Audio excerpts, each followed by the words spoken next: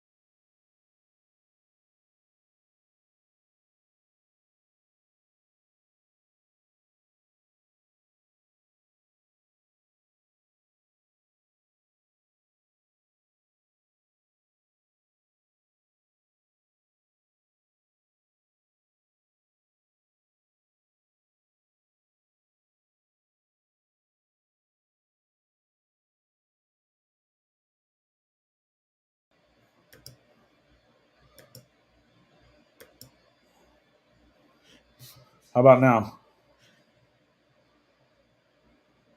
Better, same, worse. What up, stat guy? Oh, let me see something real quick.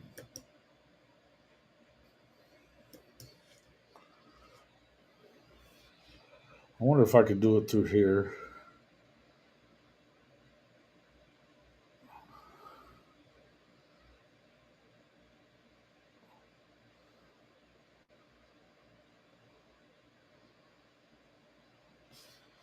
Better now? Okay. Yo, what up?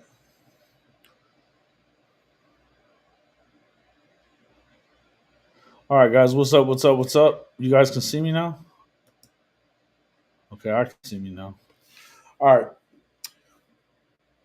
bro, this thing is slow, crazy. I don't know.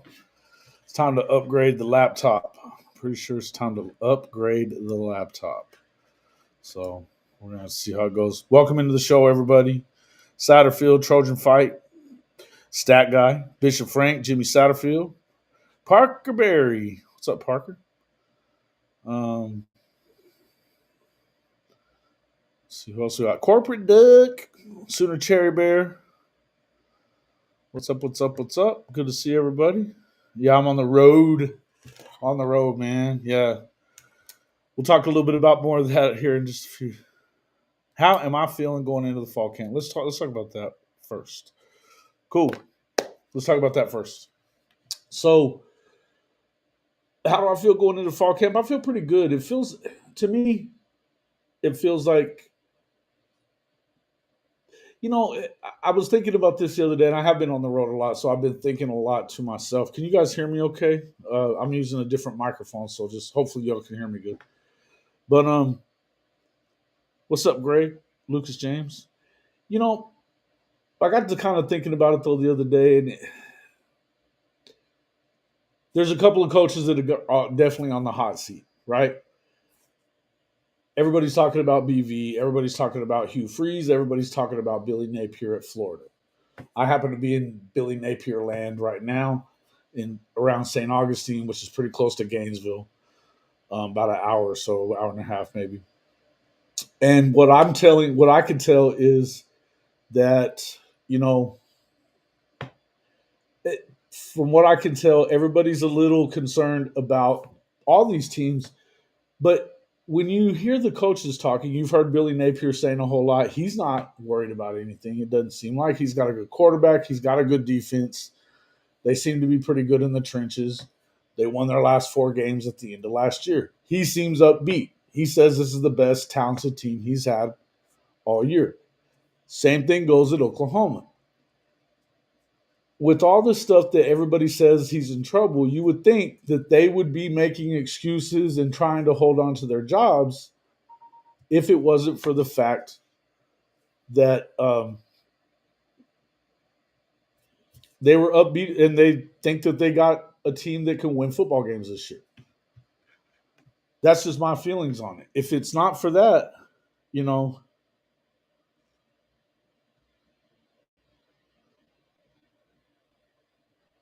yeah. If not for that, it seems like they would be, I don't know, for lack of a better term, they'd be doing a lot of the stuff like what Hugh Freeze is doing, which is making excuses, trying to give himself outs for reasons why he may not be very good this year. Because, as we know, Hugh Freeze has Jackson Arnold, and they seem to be a little concerned. What's up there, Big Lubbock? Yes, it's live. Yes, it's live. Um, so that's how I feel. I feel like Oklahoma is in good shape. We've been kind of talking about this quite a bit, but let's just say it again. I would tell you that I think that the Sooners are probably going to be better than they were a year ago on defense. And a lot of that will have to do with the fact, first of all, they got better on the defensive line. Guys that were younger are stepping up into bigger roles. They also added a couple of pieces there. You know, I think they're as deep. They're definitely the deepest on the defensive line, but I think they've got leadership at every level of this secondary of this defense, from the secondary linebackers and the front line. And I think that they're a ton better on the offensive side of the ball, just in view of the fact that they're coming into the camp healthier. Health has been the biggest issue. I think that you would have saw them win 8 or 9 games a year ago had it not been for health in that situation, right? I just think that that's the biggest part of it. You need to see the DJ injury, him being hurt heading into the year would scare me for Napier saving his job. Yeah, listen, there's been a lot of talk about that. And I mean, I was just bringing that up as they keep talking about how if it was me and I'm Billy Napier, I'm probably saying things like, I'm a little concerned here. This is a little worrisome. And listening to the high top guys last night, they were talking about, he said that it wasn't ideal. Napier said it wasn't ideal when it came to him. But they still sound really upbeat. And I don't it feels like to me they wouldn't be all that upbeat if their job was probably on the line. In fact, they'd probably be trying to find some excuses like what you're seeing Hugh Freeze do for why you might not be as good as the expectation level is. Right? Because look at Hugh Freeze. I mean, it's so bad in Auburn right now that I mean they're down at the bottom of recruiting, the very bottom. And I would say that Oklahoma's recruiting numbers are not looking great as far as the rankings are concerned because of the fact that there's a lot of negative recruiting going on there. To me, OU would not be as upbeat as they are, and they just wouldn't be as upbeat as they are if not for all that stuff. A gifted membership. Hey, Cherry Bear gifts a membership for Trojan Fight. Hey, what up, dog? What's up there, Hankster? Good to see. Look at that, twice in a week, my man. CB depth will not bite BV in the ass. Want to see the O line gel? I think that's what everybody wants to see. I think that's what everybody wants to see. Welcome in Donald Pula, Sooner Freak. PB is healthy going in. Are you talking about Peyton Bowen? From what I understand, his toe is better than it was. I mean, turf toe is one of those things that doesn't really always go away. Supposedly, though, he's feeling better than he did. He was feeling better in the spring, even. But I know it did injure him quite a bit. It did, kind of limit him last year. What's up there, Timothy Green? Yeah, I'm trying to, man. I don't know how great it's going, but we'll see. Ken Sterling, good to see you, my guy. Um, hey, I'd have you come in there, Bishop, but I'm not sure that it's even going to work because it's barely working with me. I'll send you the link, but we'll see how it goes. Let me see if it works.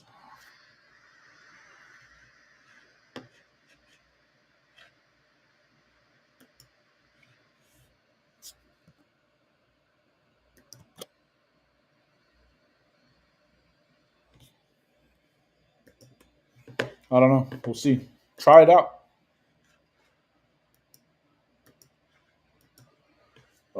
Let's see. Where you been, bro? Missing the Hall of Fame fan. Man, I'm still here. I'm still right now. I'm in St. Augustine, Florida. We can talk a little bit about that if you want. We're working on a pilot for kind of a new show. Came down here and played a little bit of a golf match. We're actually kind of doing a bit of a preview with Shelton Walker from Hightop Sports. Doing a little bit of a preview. We played some golf with him. They kicked our ass on the golf course a little bit. Man, it is freaking. When you talk about hot, the humidity added to 107 degrees, which is what it was showing on the damn thing yesterday, was absolutely insane that we were even out there. I'm gonna tell you, we by the time we finished, I had been 4 holes and I hadn't been sweating in 4 holes. It was so fucking hot. So that means I was completely out of sweat. I hadn't pissed all day on the golf course, none of that. And we're drinking water, Gatorade, water the entire damn time. And I got nothing. I got nothing. So not making excuses. They kicked our ass fair and square. Um, but it was not good. It was not good. Hold on just a second there, Bishop. I'm working on it here.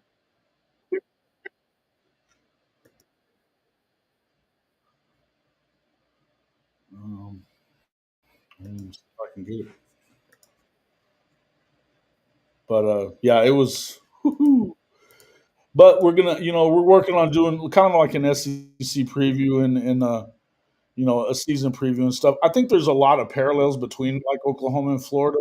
I think there's a lot of parallels between what Notre Dame was in Oklahoma as well. But I think that this year, if I was, we talked about that last year with Coach, that I thought that there was a lot of those kind of guys. That there was a lot of differences between.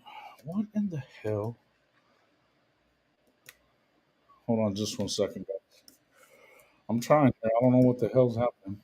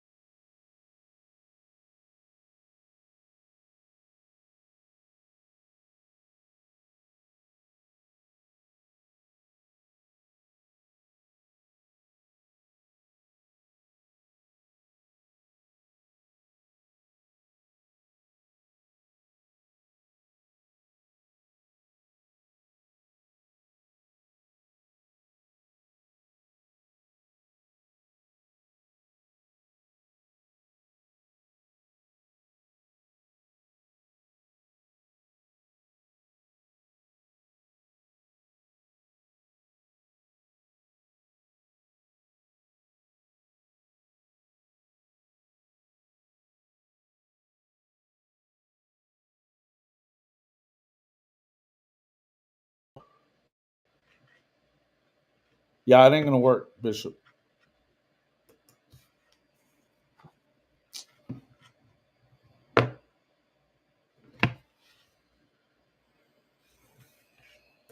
Fuck it.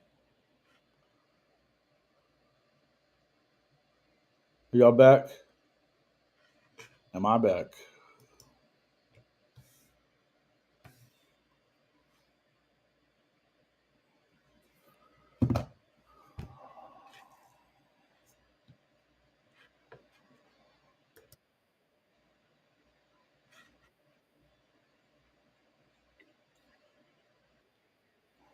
Yeah, just probably gonna have to just pop off, bro. It's not working. In fact, it slowed it way down. Catch you later.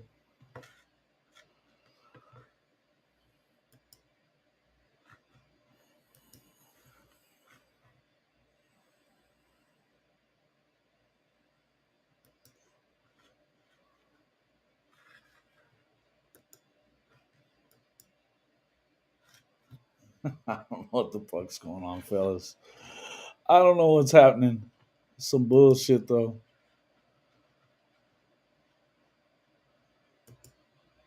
All right, I'm back. I guess I'm back.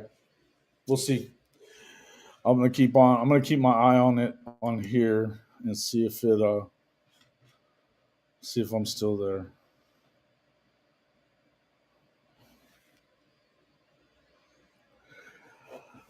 No, I think it was. I was trying to get Bishop in here and it just wasn't getting anybody on there. So I don't know.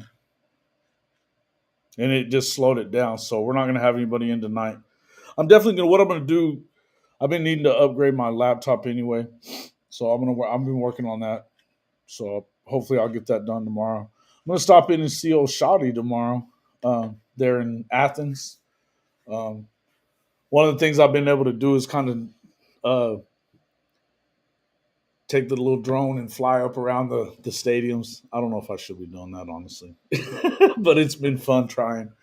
But yeah, anyway, I don't know. Are you guys still getting me there?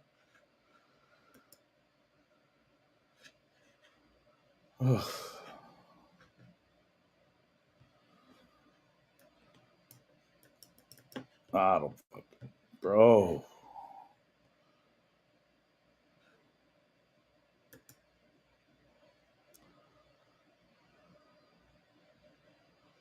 Like what you heard from Buckle and BV. Holler at your boy. I did holler at you, bro. I did holler at you.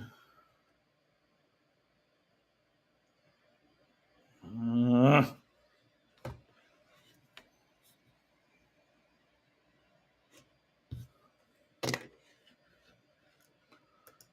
you guys still got me? Fuck.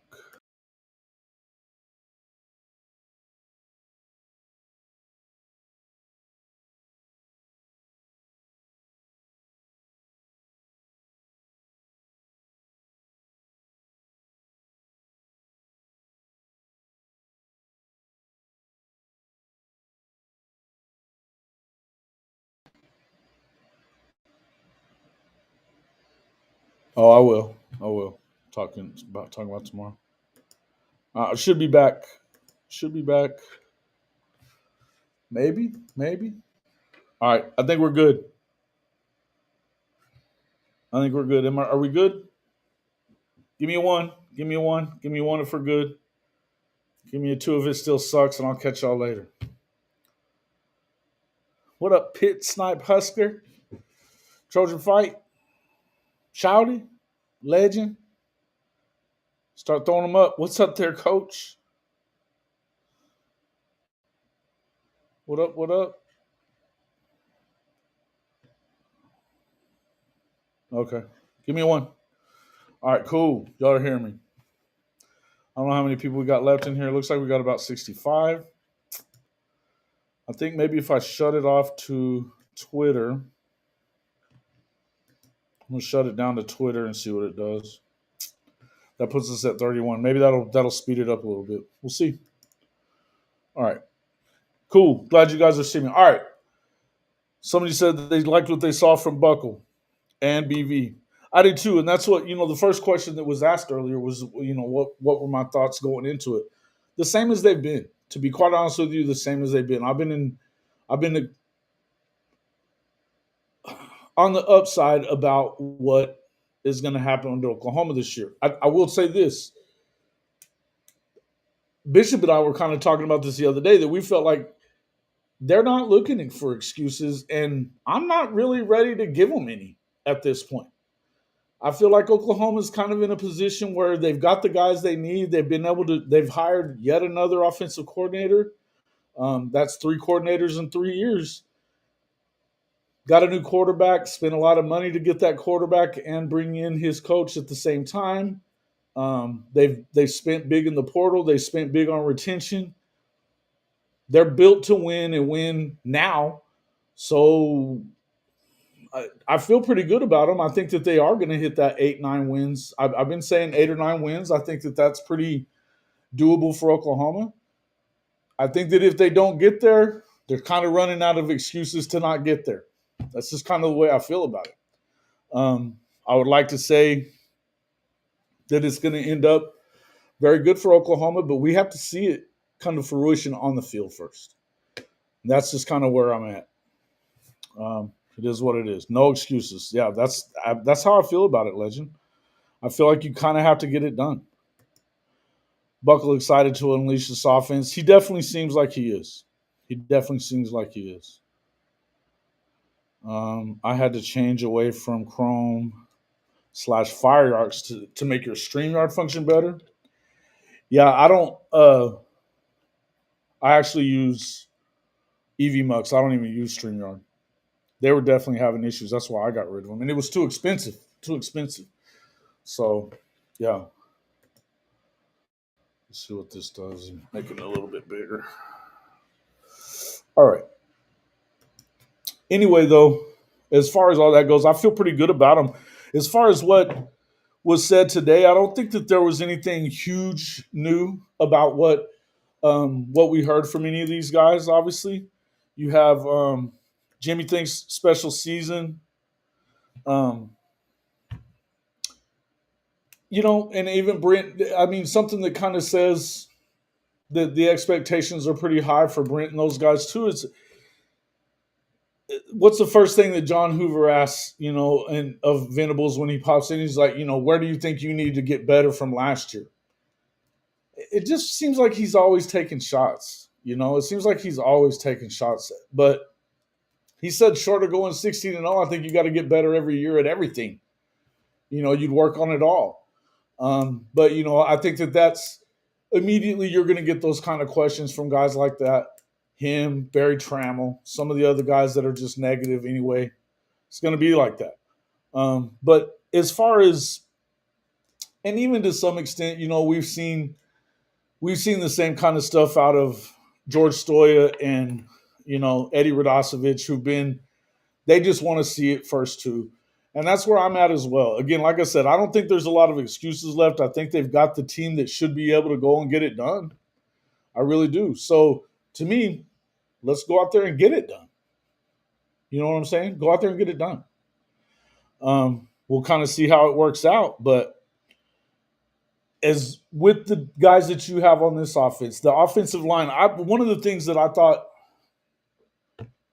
was probably the most interesting to me when it came to what was said during these press conferences was you heard Venables and Arbuckle saying the same thing about this offensive line. Now, Arbuckle said that he wasn't around for the struggling part. And that kind of goes with what we were talking about. At the end of the year, the struggles that Oklahoma had, it wasn't the offensive line. It was the quarterback position. It was certainly the quarterback position, but it wasn't the offensive line. They were actually grading out very well towards the end of the year. Once you got Troy Everett back and playing center, once Logan Howland fixed his little fatal flaw that he had once he took over for Sexton in the Ole Miss game, which the second half he struggled, but he was good after that. And then you're seeing some of these other guys. I just feel like, yeah, they kind of are, aren't they? We're only going to be as good as Buckle, Mateer, and the offensive line are. Yeah, and listen, I understand everybody kind of holding back on believing and trusting in the offensive line. I guess my question to everybody would be, if you're going to trust anybody, would it not be Bill Bedenbaugh? I mean, if you're going to trust it, I mean, forget about Brent Venables, forget about Arbuckle, forget about these players we haven't seen play in an Oklahoma uniform yet. What do we know about the staff? Which coach has been the most successful that's on this staff right now? Which one? It's Big Bill. It's Big Bill. He's got more money in the NFL than anybody in the country. Anybody. Matt Luke is another one of those guys that's very, very good. He's now at Clemson. But when it comes to offensive line guys making money in the NFL, there's one cat that gets the most, and it's Big Bill. So I know that they didn't look great last year. It was a mixture of new guys that weren't completely up to par right away, injuries, and I think it was one of those deals where you didn't hit perfect in the portal. Now, I will say that Fabechi was better as the year went along. Even Brown was better as the year went along. They were. They graded out much better. And the guys that you've got coming back, because they had to play significant time, I think it's a deeper room. And shit, if anything was going to light a fire, it was this. I don't think any of these guys want to play for anybody else but Big Bill. It's just what I'm thinking. I don't know. Yes, please do hit that like button. And that's what I mean, look, I guess that's why I know a lot of people are saying just what I just heard from Sooner in Texas. And again, I'm not dogging you on it. I understand the question. I understand the feeling like that. But if we're going to believe in a guy like John Mateer, even if you're going to believe in John Mateer and you're going to believe in Ben Arbuckle and you believe in Jaden Ott or the new receiving crew or whatever, okay, cool. Then you really shouldn't have a hard time believing in Big Bill because Big Bill's been here longer than anybody else and he's been doing it at a high level for longer than anybody else. I mean, they're just not bad on the offensive line ever. And last year they weren't great, but it wasn't as bad as people make it out to be. It was just early on, I think it made it look really bad.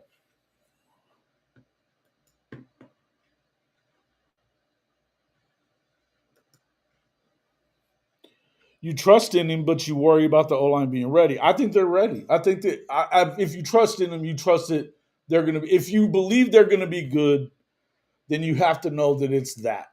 Now, I mean, I would just say, I'm not even. Again, I'm not. I get what you're talking about. I really do. I get what you mean.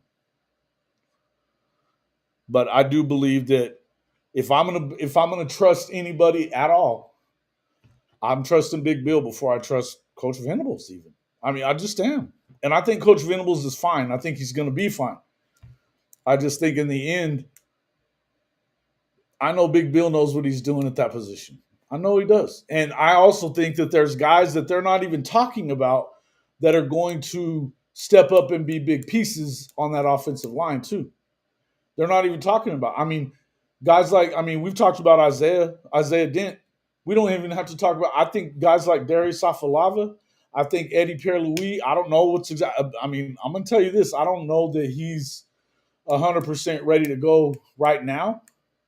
But I think he will be.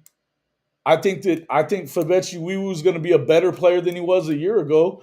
I think you got guys like Heath Ozida who looked good at times last year. At times he didn't. He didn't look great whenever he came in against Tennessee. By the end of the year, he was looking like that guy. Same with Logan Howland. Once Logan went in he looked bad when he replaced Sexton in the Ole Miss game. He looked really bad. I remember Gabe talking about it was a fatal flaw for him to take that step back, that if he didn't stop doing that, he could not stay in the game. And by the next week, they had it worked out.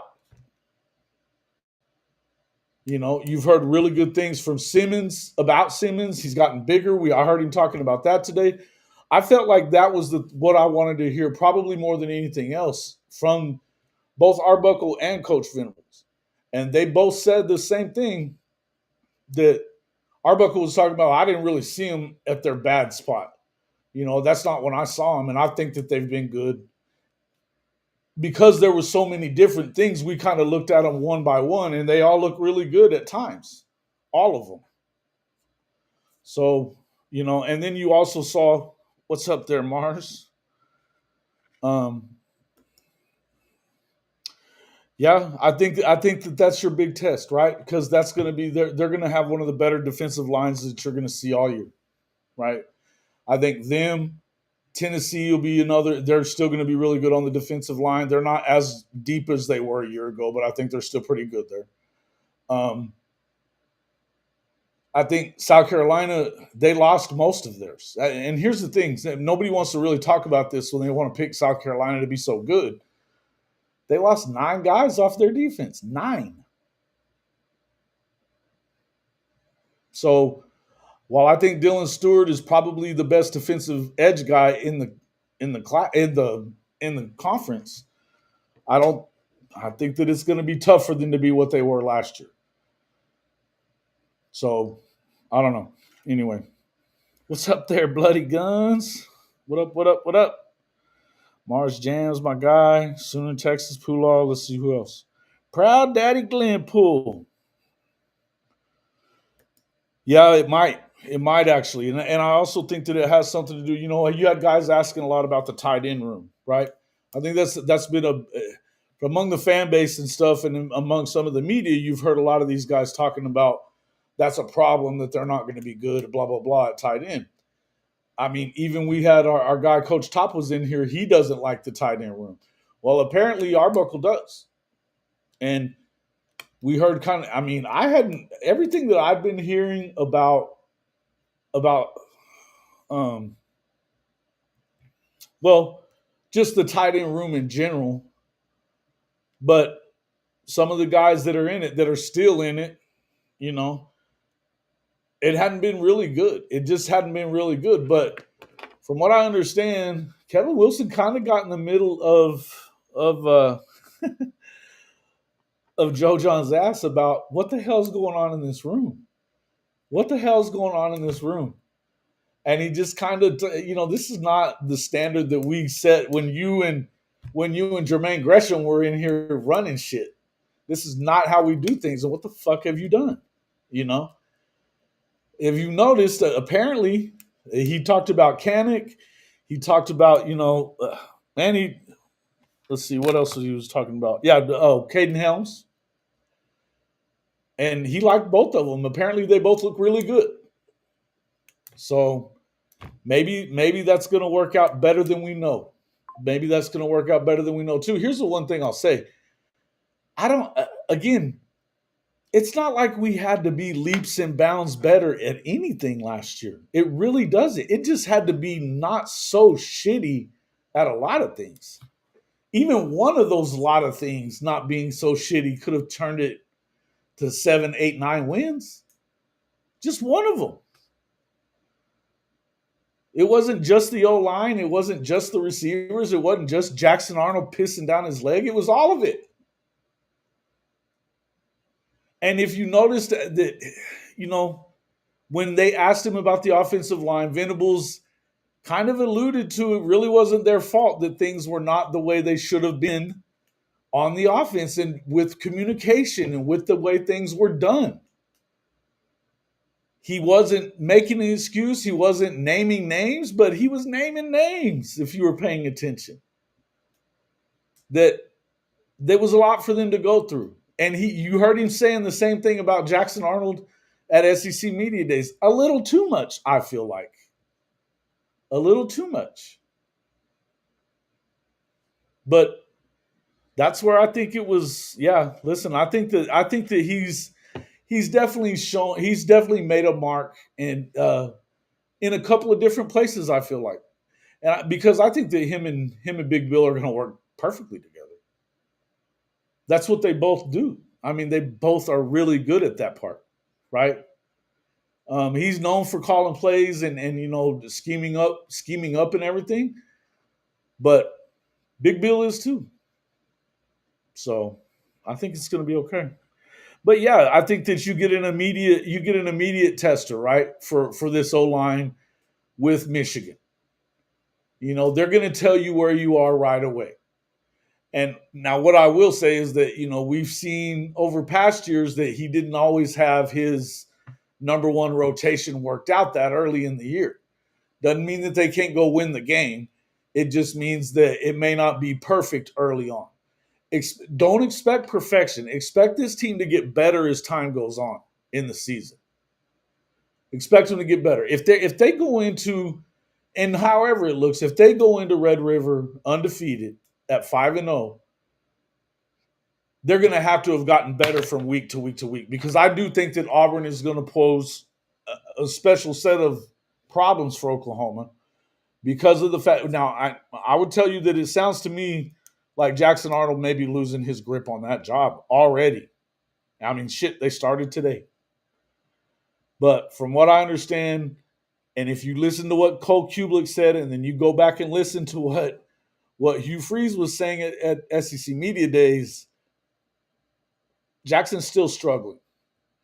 He's still struggling with confidence. He's still struggling with wanting to throw the ball. He's probably struggling with the offense, because I don't think it's an easy offense, and I don't think it's the same thing as what he's used to running, Levy system, or even whatever the mix of Levy system and that shit that they ran last year.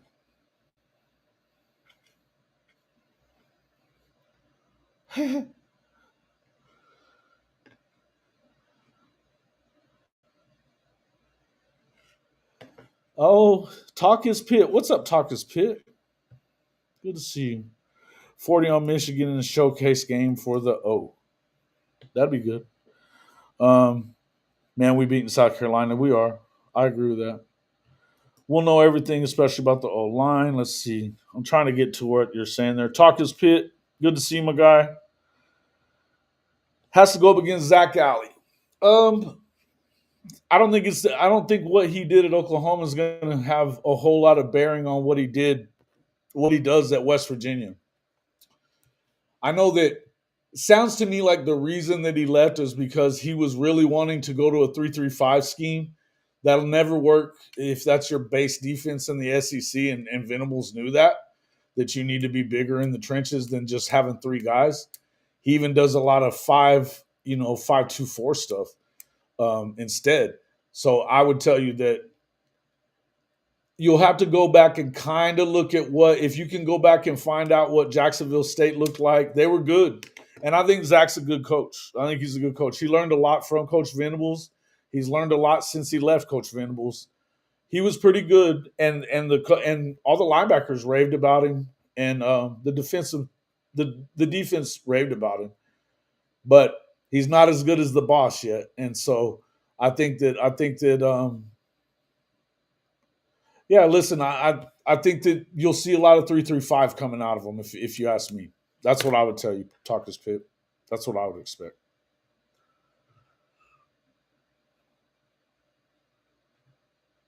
He's pretty good. He's good.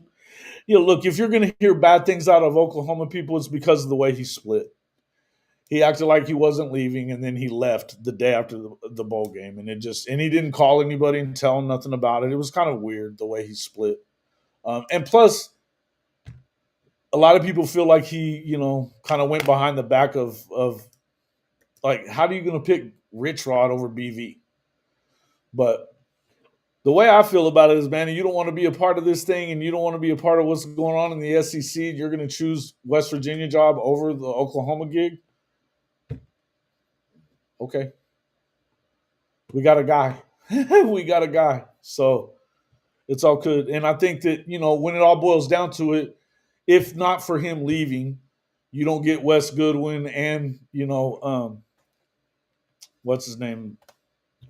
Oh, why did I forget his name? Dryling, Nate Dryling, and apparently they're killing it. So I think it's good.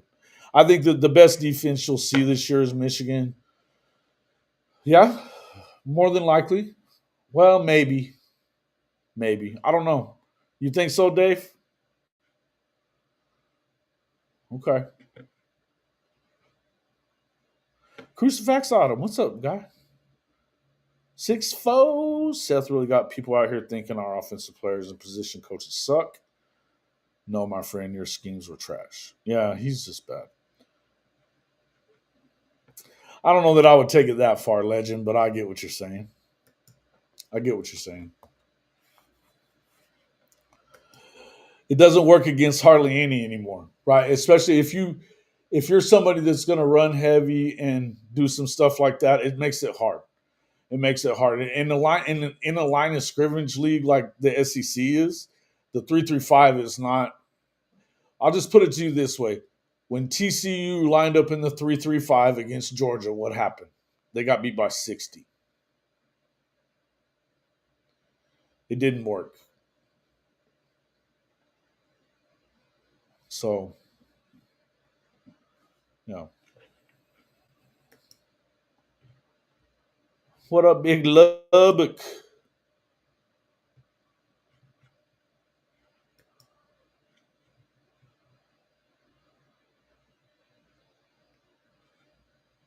You know, I think that Rich Rod is still a good coach. I think that he got a bad reputation after he left. I hear guys like what's his name on what's his dude the Big 12 guy that's always talking shit. Uh, but I'm just forgetting his name. You guys all watch him. He's the one that's I don't know. Anyway, all I'm saying is a lot of people talk a lot of shit about West Virginia, but and about Rich Rod. He was winning at Arizona. He was winning at Arizona. What happened there, I couldn't tell you. Michigan was a shit show. It stayed a shit show for a while after Rich Rod left, and they weren't exactly killing it when he got there either. I think he was a bad choice for them because I don't think that they were ready to do what he wanted to do, and the guys that he was getting, the guys that he had there weren't exactly set up for what he was doing either. It worked out well at Arizona. He was winning. He had just won 10 games at Arizona. Nobody fucking wins 10 games at Arizona. Nobody. Or they don't stay long when they do. Well, he got fired after he did. Why? Hell, I don't know. It is what it is. Yes, that guy. He's always talking about Rich Rod, talking shit. John Kurtz. And but he talks shit about a lot. He's always talking shit about BV. Again, BV has given people reasons to kind of have their opinions. But the truth is, I think if everybody really thought he was bad, like especially when the Texas people talk all that shit, when they're talking all that shit, it seems to me like they would be not talking so much because I know that just so you understand, I talk shit about Sark a little bit, but I hope he stays forever because he's still 7-win Sark to me. The guy still hasn't won a game against somebody that you can say has equal talent to him. He hasn't. Or he's caught two teams, I guess, at the right time. Two teams, or is it just one? Really, just one, that Alabama game. Oklahoma you beat last year. Look, they just weren't that good. There were a lot of injuries, bad coaching, bad coaching. I mean, that game plan was particularly awful when you start viewing in the fact that they had 2 weeks to get ready for that game and they looked like hammered hell. Didn't make sense. The only West Virginia guy you don't like is Mountaineer Paul. Yeah, I like Coos. I don't really. I like one of our favorite dudes is Timothy Green. He's our guy, man. He's a Mountaineer. Um, what about Barry Tremler? Are you fans good with him? No, not usually.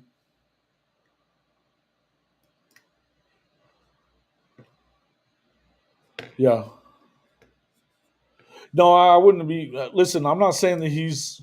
I'm not asking him to give me communion. Fair enough. Fair enough. Listen, man. For the most part, and I will say this about almost everybody, and I'm just going to tell you, even the ones that are really religified, you should not trust them very far. You just shouldn't. Because college football is a slimy business, and you got to get slimy to win. Let's just be real about it. You got to get kind of slimy to win. Timothy Green's my guy, man. Love that dude. Proud Daddy Glenpool. Thank you for the super chat, sir. $4.99. Jason always keeping it real. Thank you for good content. Thank you, my man. Appreciate you. Appreciate you. But nobody brings it out up about Sark. He gets a pass. Red zone offense trash. Yeah, listen, he does get it. You're right. That's the whole thing. Guys, you still got to understand that, and you need to take into consideration. Yes, they got to the semifinal last year. They beat Clemson. I think Clemson's a better football team coming into this season than they were last year, but their quarterback kind of came into his own. Clemson scored a lot of points on that defense. They didn't. That's probably the best offense that they saw all year, and they didn't shut them down. But then you see, they damn near lost the game to Arizona State. Should have lost the game to Arizona State. And there's no way in hell you should lose that game if you're Texas and you've got that much talent. Again, they may win 9 games. They may win 10 again this year. I don't see it. I think they go 8-4, really, to be honest with you. But would it super surprise me if they won 9 or 10? It would surprise me if they won 10. 9, maybe not. But guys, he's literally won 10 games twice in his career. He's been a head coach for 13 years. He's won 10 games. And look, the last year in the Big 12 wasn't the toughest schedule that you've ever seen for them. It wasn't for Oklahoma either. I'm not saying anything. It wasn't for Oklahoma either. But Oklahoma beat them. They beat Alabama. Alabama was not the team that they became at the end of the year. And even then, they were certainly not the same. Good for them. They won it. That's his one big win, if you ask me. He lost 2 years in a row to Washington and Kalen DeBoer. He hasn't beaten Kirby yet. The entire second half, Gunnar Stockton was playing. And if Arch Manning was so fucking good, why was he not the starter instead of Quinn Ewers, especially with Quinn hurt all year? That's what we keep hearing now, that he was hurt all year. Well, that means to me that he's forcing Quinn to go in the fucking game because he's worried about what's going to happen if Arch is in there. I'm not saying he can't be better. I think he will be better. I think it's going to take a little bit of time. And I don't think that Sark hung the fucking moon either. I just don't.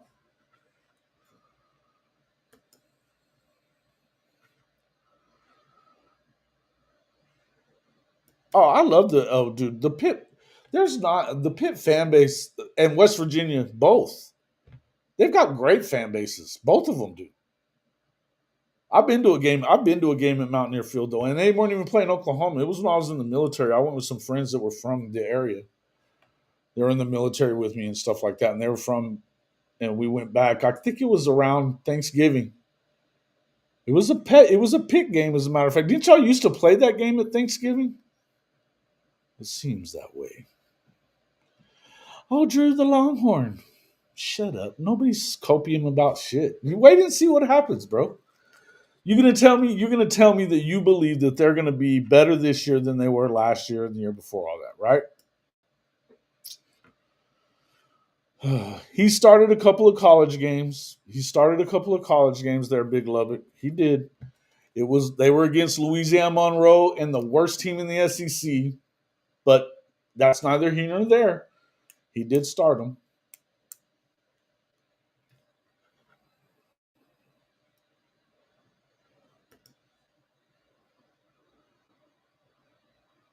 Yeah. I think he's gonna have growing pains, brother. It used to be Thanksgiving. Okay, yeah. Thank you. Appreciate that. Yeah, so I think it was when I got to go catch it. Would have been back around, I want to say like 96, 97 that I saw that game, somewhere around there. It was awesome. It was awesome. Freaking great place to go. It's something about wintertime in West Virginia, man, is different. It's just the smells are different. Everybody's got their fire going, or their steels are fired up. It's awesome. Pretty good shit. I don't really care about that part, but because he was going to the Manning camp. They remember, yes, 4-0 linemen. That's the other part. I don't see them as having that it's so clear as everybody else. And again, anybody else that was replacing as many people as Texas is replacing throughout that roster. I mean, look at last year. Everybody was talking about the O line before the season ever started because they were replacing 4 offensive linemen. That was because of that in the schedule. There's no way Oklahoma could be good. Now, Oklahoma ended up not being very good, but it wasn't that. It was because of the injuries. It was because of the injuries. And anybody who's taking credit for knowing they were going to be 6-7 is full of shit, Blake Ruffino.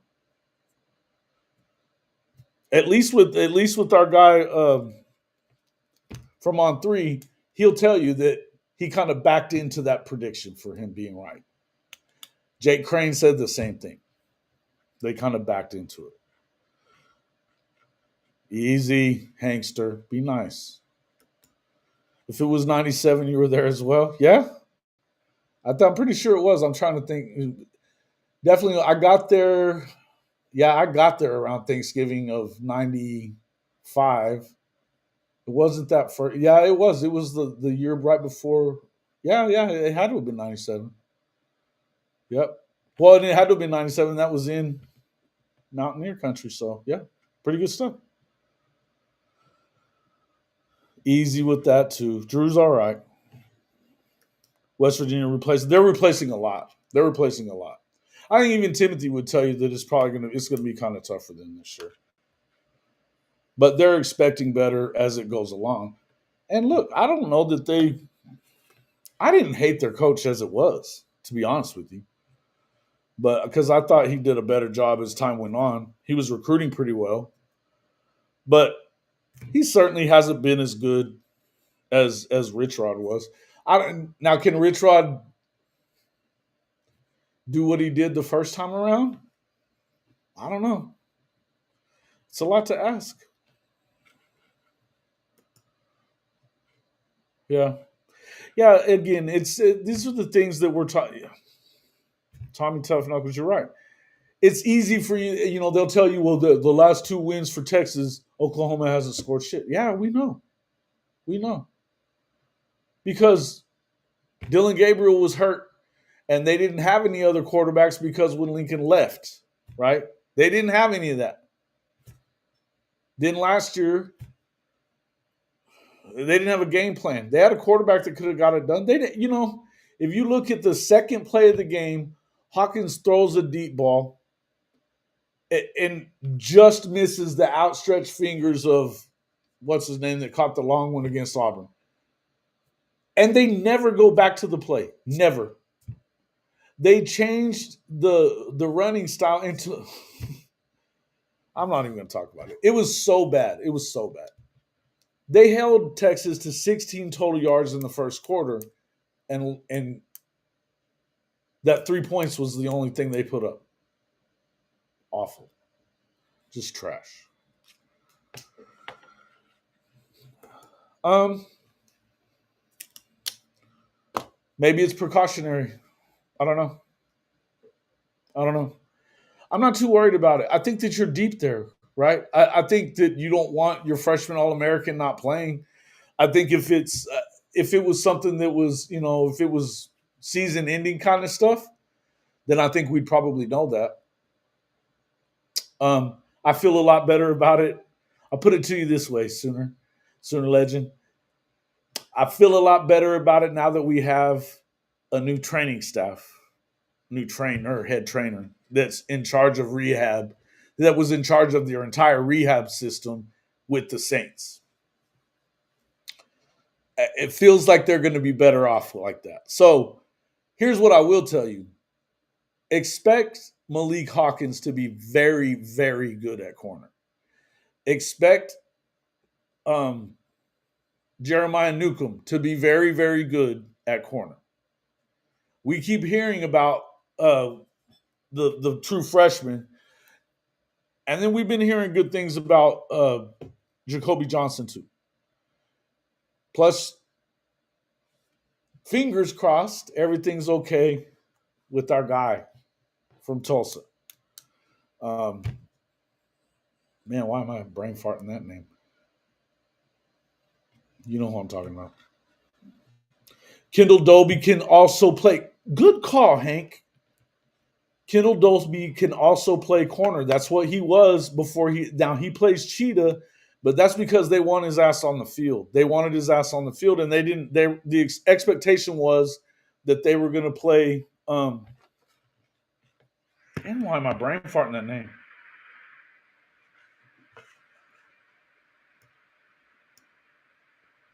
Let me look here.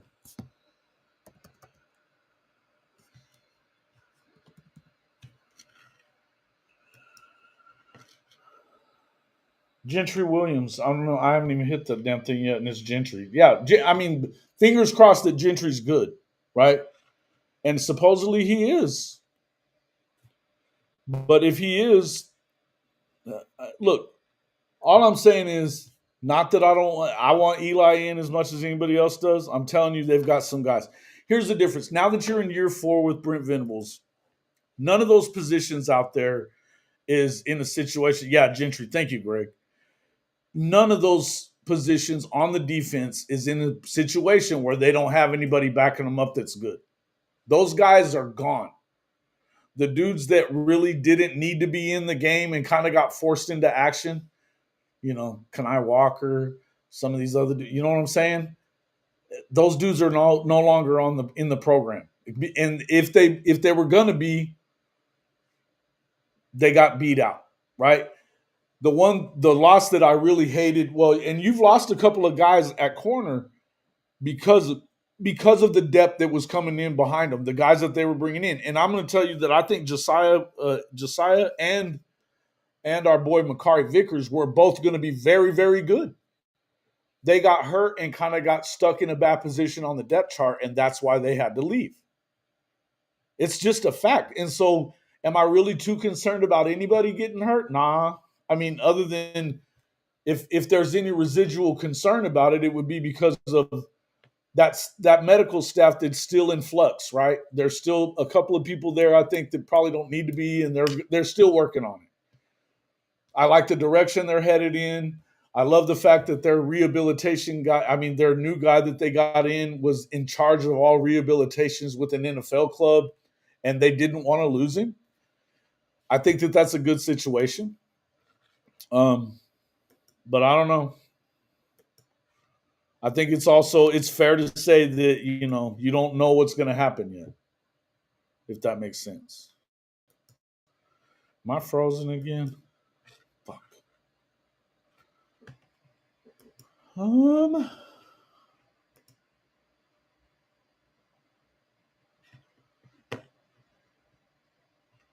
Yeah. The old man role and that helps, no doubt, no doubt. Good call, Hankster. Am I still here?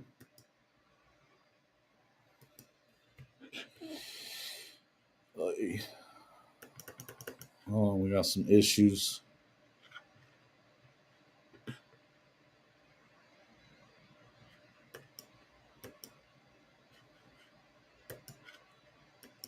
$10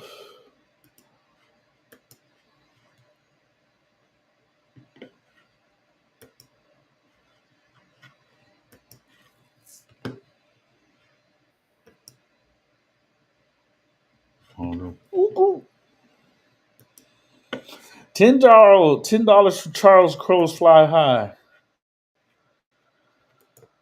Oh, come on, fellas.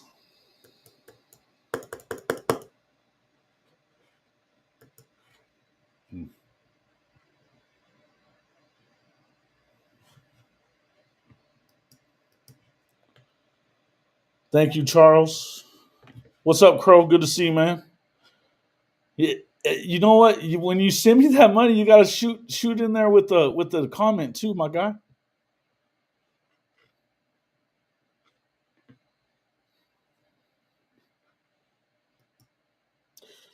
Have you changed the strength and conditioning staff if you've had a bunch of injuries? No, they're changing a bunch of the strength and conditioning staff because the injuries have been misdiagnosed.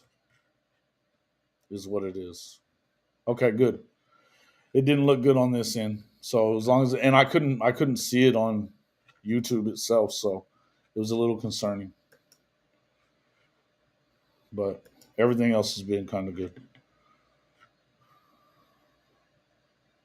What's up there, Crow? Love you too, my guy. Appreciate it.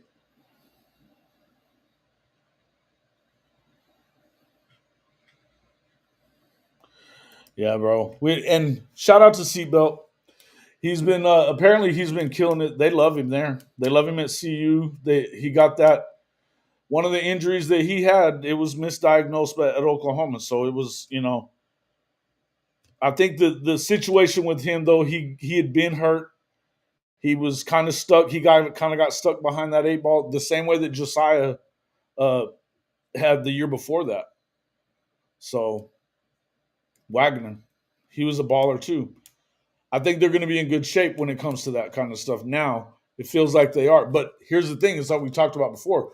One thing that they've done on this defense, and particularly now you're in year 4, there's not a lot of places that are that you don't have really really good guys coming right behind the dudes that are starting. And this is why you heard what if you were watching that morning whenever I had Reggie Powers' dad on, Big Reg.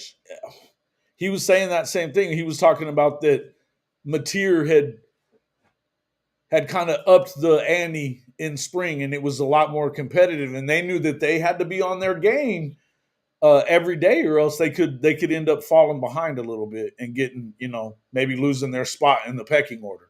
And so that was it. Part of that had to do with not just because of Mateer, but also because of the guys that were there are just that damn good. And they are. RSJ is the clear leader of that secondary on the back end at this point. But, and you've got Peyton Bowen as well. Now he's going into his junior year. RSJ's a senior. But you've got Boganowski and Powers that are, right there with them. They're both going to be playing quite a bit.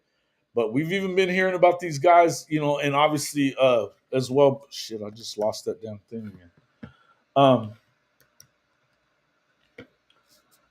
You've got a number of guys. Boganowski talks about them all the time. You've even still got Jaden Hardy, and he looks really good. Reggie, I think it's to the point that Reggie's probably going to be playing a lot of cheetah, and that's why you can use Kendall Dobie in a situation where you need him to go in and be good for you on that other end. Had a procedure done. It freaking sucks. What procedure, bro? An abdominal injury. Damn, I hate to hear that.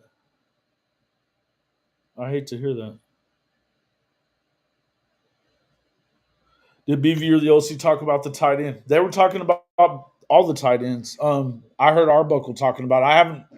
I didn't listen to all of Brent Venables. I thought that the biggest part that I heard coming out of him was talking about the offensive line. They're excited about the defensive side for sure, but Canick, he talked about Canick. He talked about Caden Helms also. They seem to be excited about both of them. So it kind of is what it is. What happened to your abdomen? Did you get like a hernia or something? That shit does suck if that's what it is. Sorry to hear that, man. I tell you what, man, I damn near had a heat stroke yesterday.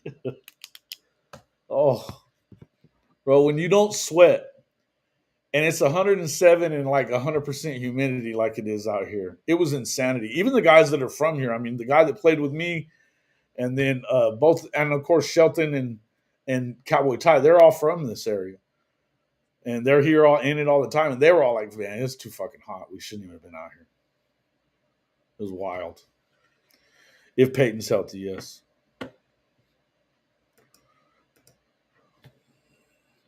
Hey, listen, yeah.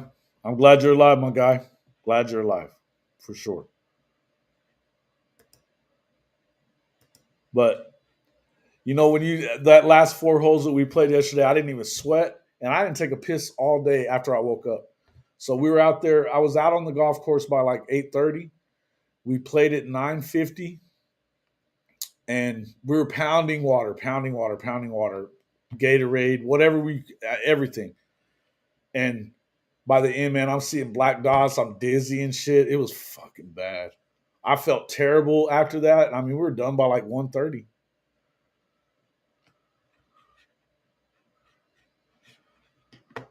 Had an abscess. Oh shit, bro. That's scary. That is scary right there. Damn. Did they say what caused it? I've never even heard of stuff like that, man. Or you hear about it, but it's like nobody I really knows ever had that. That's bad. Houston weather in August. Yeah, I know. I get it. But usually, I mean, I've been in San Antonio. I was in San Antonio earlier in the week playing with my cousin, and it was bad.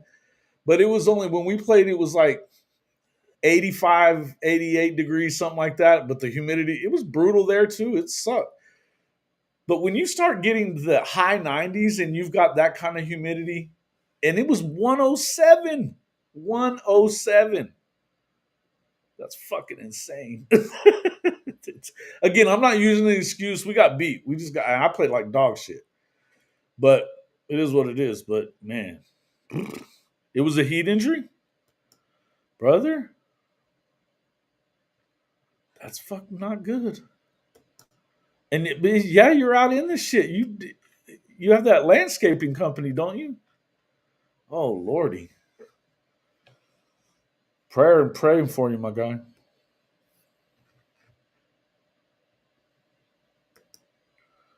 Yeah, I know that. I went back. I got Pedialyte water. I mean, I killed a case of water between yesterday and today. A case of it.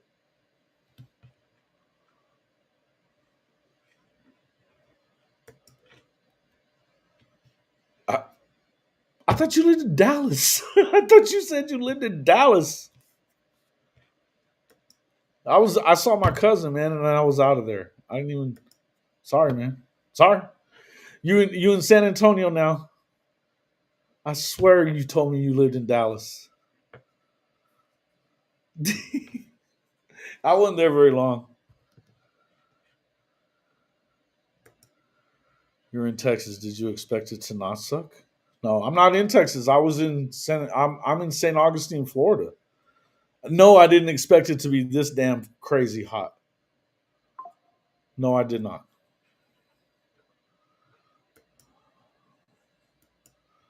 Houston's hot. I've been to Houston at this time. I've been in Houston in June and it was brutal. And I went to basic training in San Antonio in June and July, and it was fucking brutal. You went to Trinity and okay. You live at Fort Hood. Where's Fort Hood? Is it in San Antonio? I guess it is in San Antonio, huh? Huh. All right. My bad. Old Tommy in DeSoto, a little south of Dallas. I know where DeSoto's at. Yeah.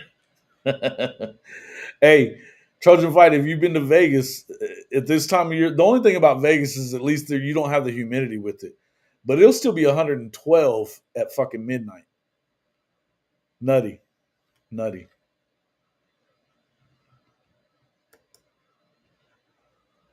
You thought I was in Houston? I was in Houston. No, I've been to Houston some.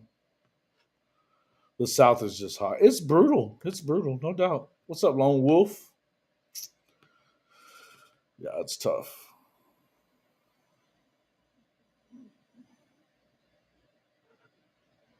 National champs, OU 7, Texas 4, Heisman. Yeah. Who are you telling that to?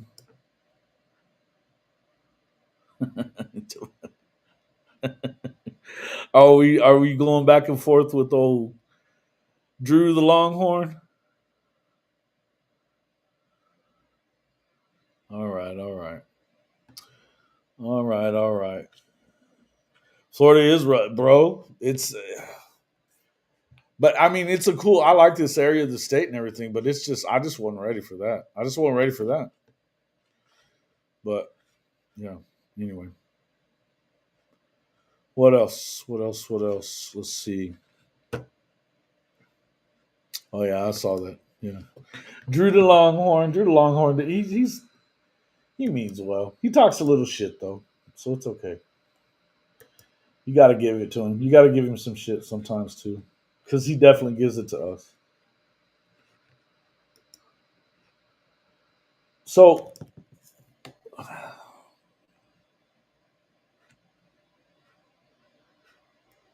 I don't even know why I'm looking at. I'm not even going to look at it.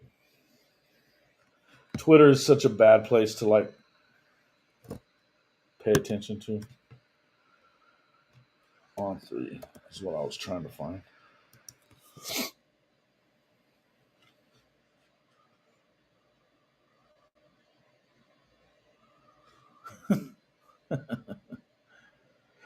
Yeah. Okay. So you know what I was talking about early on at talking about Billy Napier and what was going on with DJ Lagway, and apparently he's in a walking boot now, right now too.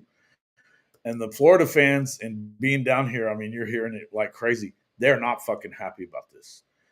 Apparently, he had issues. I mean, he had a shoulder problem. I don't think it was that as big a deal. He was also dealing with a hernia last year that he played all through, but now he's showing up with a boot, and it has got these guys fucking flipping. So I get it that and the concern is the concern. And I mean, no matter who it is, but when it's your quarterback, you're really worried. When that's their savior, that's without DJ Lagway, they don't win the last 4 games of the season that they played. No way, right? Um, and he should only get better. But I think that when it comes to Florida, Billy needs him. Billy Napier needs his ass because they don't like Billy. And I think I would tell you that Billy doesn't have the job still this year if DJ Lagway's not on this football team. So look, it doesn't just happen at Oklahoma. I think that you got some concerns in a few places. Let's talk about this Jackson Arnold thing. Look, it sounds to me like he is, well, he's probably been looking the same way that he looked all spring last year at Oklahoma. He's got a guy that's a stud behind him, freshman kid, that could easily come in and play as a true freshman in Deuce Knight. I mean, didn't tell you about him. He came in and replaced the guy that when his 7-on-7 team in the national tournament, he said the guy kept throwing interceptions. I put in Deuce. We didn't lose again until the championship game. And he was the 8th grader at that point. So the guy's a stud. He's been considered one of those guys. And if he's looking over his shoulder, and you heard what Hugh said about his ass during the media day thing, and it wasn't good. It wasn't good. He was talking about that he needed everybody to kind of, help Jackson out, help bring up his confidence. What do you mean, like talking about the defense not hitting you and shit? No, this is the problem with Jackson Arnold. He's not used to that shit, and he can't handle it. Ooh, buddy. The seat just got real hot in freaking Auburn. It sounds like they're misleading the fans. They can't hide it though. Oh, it definitely saved his job. Can I play it? No. Here, let me go back and find it though. But if you go back and look for what Cole Kublik had to say at the end. Um, yeah, yes, he's worried about competition. He's worried about turning the ball over, and we've seen what that looks like. And he turns the fucking ball over. But apparently, from what, oh no,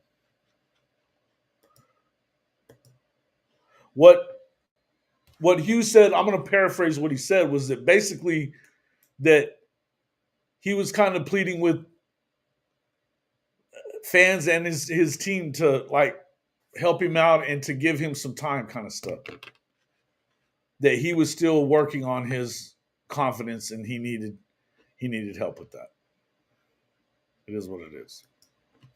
You have indeed. Let me find what it was. I'll tell you exactly what he said. Let me find it. Tell you what, I do need to. You guys watch this commercial real quick. I'll be right back.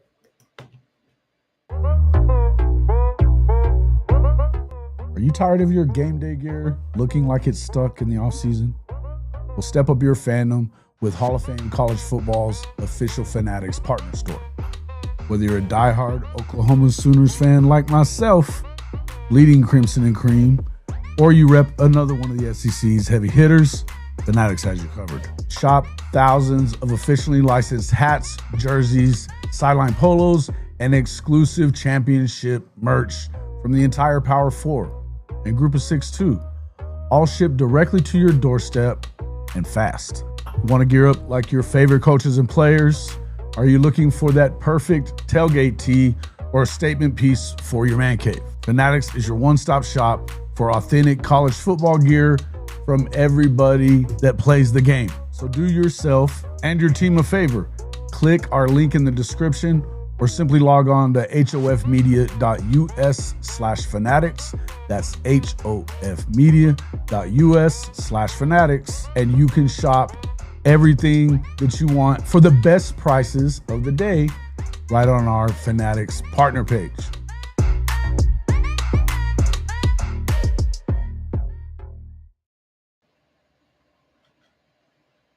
All right. I'm back. All right. What Hugh Freeze said. All right. One of the most recent quotes, the number one priority for practice is for our quarterback to leave that field confident, is what he told reporters Wednesday morning. I'm going back to that this year. DJ has been awesome. What is this? All right. That was Hugh Freeze, but that's what the AI said. I'm going to go to what they said on Saturdays Down South. Building up Arnold's confidence is extremely important. The number one priority for practice is for our quarterback to leave that field confident. I'm going back to that this year. DJ has been awesome. The respect I have for him and the job he's going to do. I just think we got to be really intentional about what are we doing in this period and making sure that our quarterbacks have an adequate chance to be prepared and have success, not try to win a drill, but try to get better in every scenario. I think the worst thing we could do for any quarterback, and Jackson in this case, is go out and practice this afternoon, and we have scripted plays that have 0% of success because obviously we're not game planning right now for our defense. Oh, no. Kind of doubling down on what he said basically that's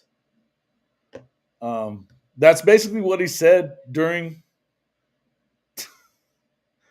media days too. I can't believe he said that out loud either. I'm with you, bro. It's unfucking believable. And this cat has, I think he's lost his fucking mind. I think he's lost his damn mind. So, yeah, I don't know, man. It's pretty wild.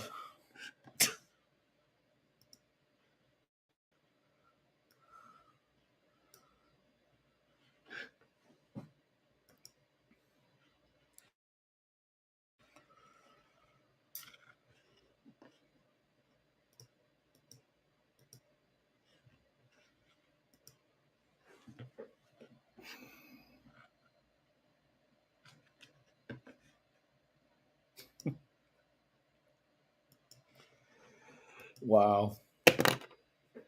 So basically, what he's doing is telling his defense to back the fuck up when they're the better unit than what he on his football team. And this is the kind of stuff that we heard it. We kind of were hearing the same stuff about last year. That we were talking about it last year was that they may have, and you hear PG talk about it all that they broke him. They broke him. They broke him. They kept hitting him. They kept going at him and all that stuff. They weren't hitting him, but he was scared. Hugh Freeze is a moron. Yeah, listen. I mean, that's what it should have been last year too. I'm telling you though, when you have money invested in these guys, and you're look, Hugh also knows that his more than likely his best chance at success is not having a freshman start game one. But I'm going to tell you what, if he looks bad, even if they beat Baylor, whoa, even if they beat Baylor in week one and he doesn't look good, I think you got to go ahead and get Deuce Knight in there. Because if I'm freaking working for my job this year, I immediately pull his ass out. The second that I see that he don't have the stones for it, he's got to get out. Once the real bullets are flying, that's it. Yeah, he's an idiot. Yeah. Yeah, and saying it out loud is like completely unhelpful. Completely unhelpful. I don't know. I don't know. I think he's hoping against all hope. We've been saying this for a long time, though. I told you he wasn't going to be there by week 4. There wasn't no fucking way. If you're scared, go to church, JA, because your ass is in trouble. And you know damn good and well, look, especially now, when you start hearing things like this, we're 4 weeks away from football. 4 weeks away. Exactly. Dave Aranda is one of those dudes that's one of the better defensive minds in the country. You gonna tell me that dude ain't gonna send the fucking house at him from every angle he can possibly do so when on that Friday night in Waco? Because he is. Yeah. Listen, that's the difference. Hey, just like I've said this a bunch about BK and Lincoln and some of these other dudes, Hugh Freeze is the same way. He was throwing dudes under the bus. I was listening to a guy on the way here. I'm trying to remember what his name was. He's an Auburn dude. But I mean, he was roasting. And I think it was on that SEC podcast. I think it was. I forget his name. Anyway, he was roasting Hugh Freeze about how much he blamed the players because he didn't think it was the roster.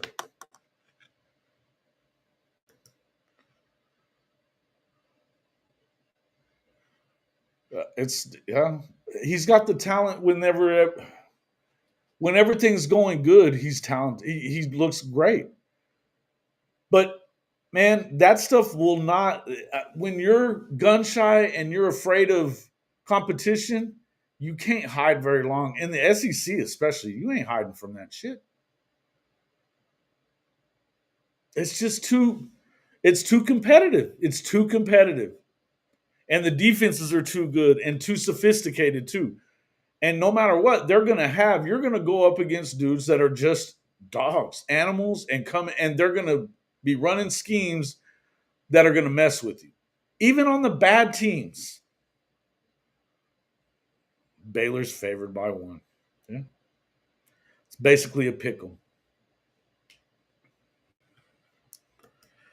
This is exactly right. I want my quarterbacks in fights with linebackers, talking shit. Absolutely. You want them talking shit I would. I want them talking shit with their secondary and just, chirping. Baker Mayfield. It's real competitive and stuff like that. And here's the thing, at Oklahoma, it's you expect for them to be like John Mateer has been apparently, chirping, flipping off the players that he beats, messing with them, giving them shit. It gets competitive at practice. And we're used to seeing that. And because they're super competitive. Look, and when the play breaks down, Oklahoma quarterbacks get better. He didn't. And Dylan Gabriel, whenever Levy would let him go, let him through it, let him go through early things and didn't shut down the playbook on him, Dylan was really good in those situations. He was damn sure better than Jackson. But I don't know. Piquel picked Baylor to win the Little 12. Yeah. Well, Piquel went to Baylor for a while. Ryan Leaf like when faced with adversity. Well, I don't know about that, Hank. Yeah.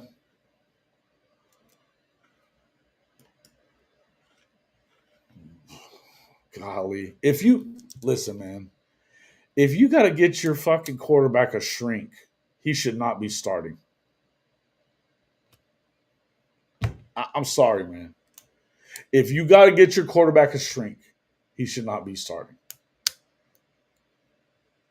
They should have went deeper in the portal. They should be ready to play Deuce Knight because he ain't it. But I hope they play him. I bet they don't, but I hope they do.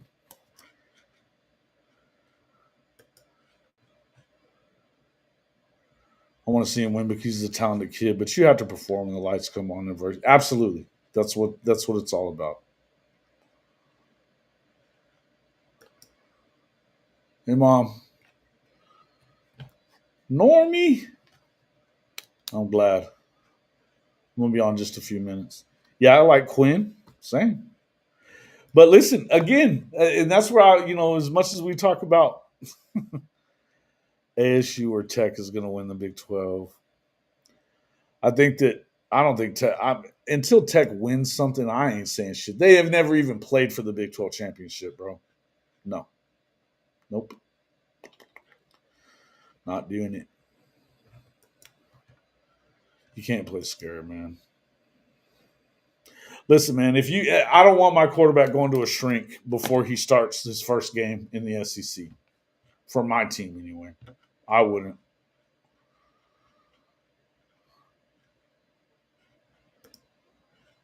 Yeah, I saw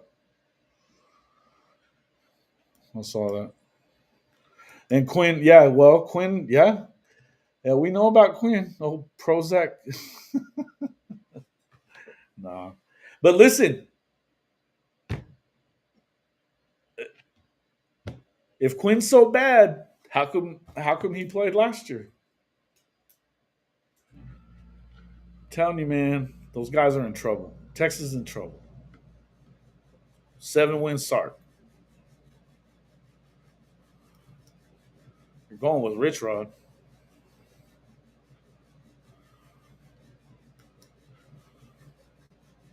No, it's not. That's why he ain't here no more.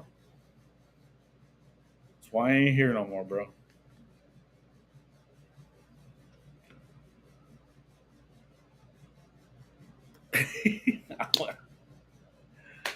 Six four. Did I lie? Point out the lie. Point out the lie. Sorry, bro, but I'm just saying it is what it is.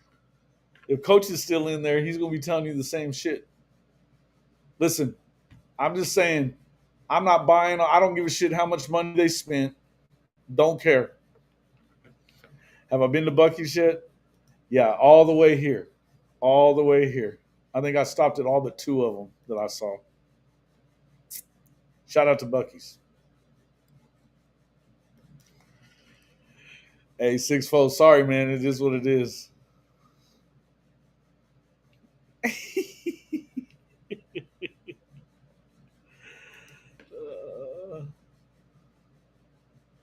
Yeah. Yeah. What's good, Dwayne? Arch is on a family schedule that barely considers the school he's at. Yeah. I don't think it's really about that. But I don't know though. I don't know. Hey, you're gonna give Texas that? Come on, bro.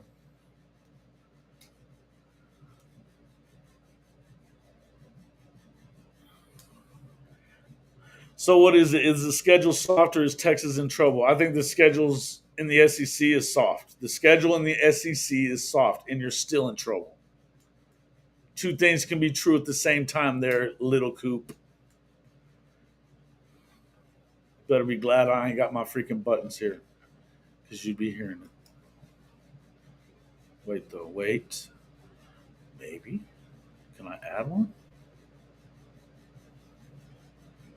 Oh, bro. Let me see. Maybe. You better hope I can't. I'm trying here.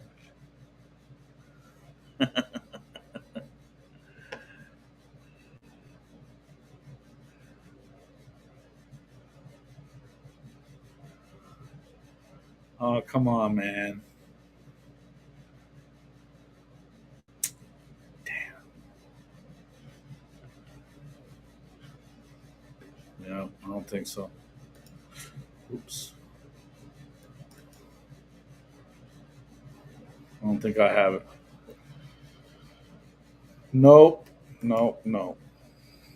It should be there.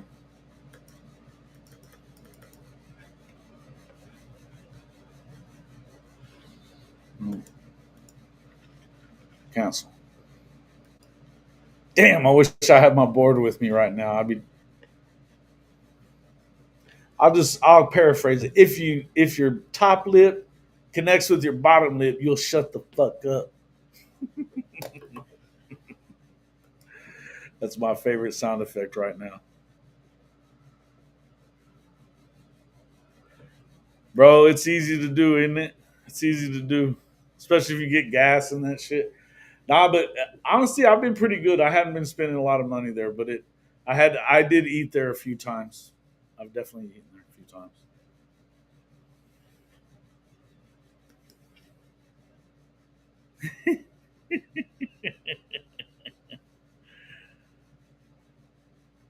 Oh no, bro! His dad, they're going to the play. Yeah. Well, like I said, I'll believe it when I see the shit because they've been more talented than they are now, and they didn't do it. Oh, I have the Roadcaster Pro 2. I didn't bring it with me on the trip though. I need to get the little Roadcaster. It's called the I forget what it is, but it's similar, but it's small. It'd be good to have.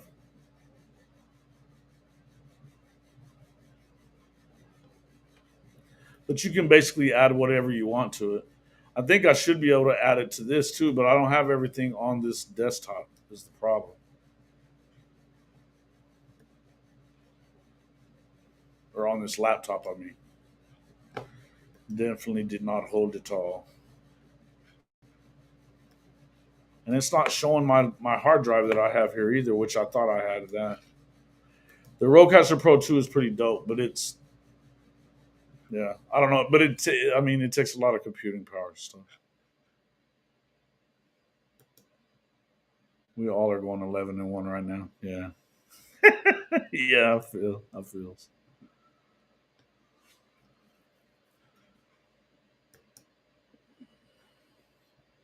What did Jimmy say? Practice starts tomorrow. Yeah, I'm hoping for nothing major too, but here's the thing, and we're hearing some stuff about that too. I think it sounds like to me they're going to cut back on some of the hitting, which I'm glad if that's the case. I've heard it from a few different people. I haven't had it confirmed completely, but it sounds to me like they're pushing for BV to back up off of that hitting shit. Not to do it as much. Do I think Blaylock will redshirt? I do not. Well, it doesn't sound like it. I think that they're going to wait and see kind of what happens. But I mean, he could be just because of, you know what? I need to get his dad on. I haven't seen anything that says that he is, though. I haven't seen anything that says that he is. And part of that is I think that there's questions about Javonte, and I think that there's questions about Taylor. And I like Taylor Tatum. And I mean, look, I think that if his fumble situation is okay, I think that you can probably do that. But here's the deal. Nobody has really, we saw X-Rod play really well at the end of the year when he got the opportunity, right? I love that. But I think until they see who's the guy, the only one with a for sure deal is the only one with the for sure thing. Well, they either got to be 8-4 or 9-3 there, Dwayne. The only one with a for sure spot is Jade Knott, because that's who Nagy brought in, and they spent a lot of money on him. So that's, to me, the rest of them I think are up for grabs.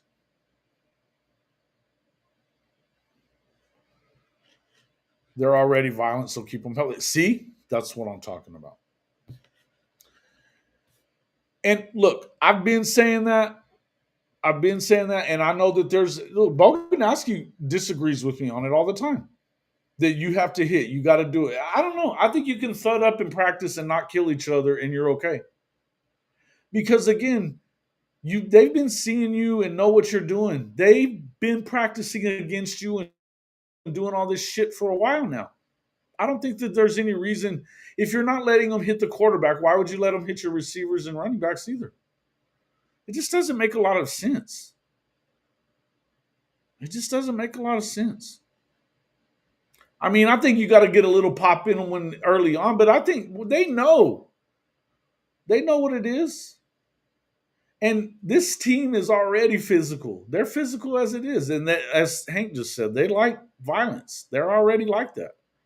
So I don't think you have to continue running them through that gauntlet all the time.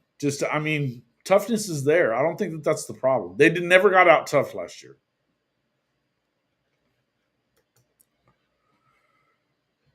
Kendall Daniels, I love Kendall Daniels. I can't wait to see what he does in BV's defense. You got a question about Michigan. BV dicing up Underwood, but what about Mateer going against a fundamentally sound Michigan defense and D-line? Any concerns about them? Yeah, I think that there is. I think that the difference in it is that this is year 3 in the program, in the system for Mateer. Now, and you can say what you want. I know that, look, they've played UW. He beat UW, Big Ten team, and they beat Michigan last year. So why can't he go up against somebody like that? I'm not saying that it's going to be easy for him. I'm telling you that he's not completely inexperienced at the college level.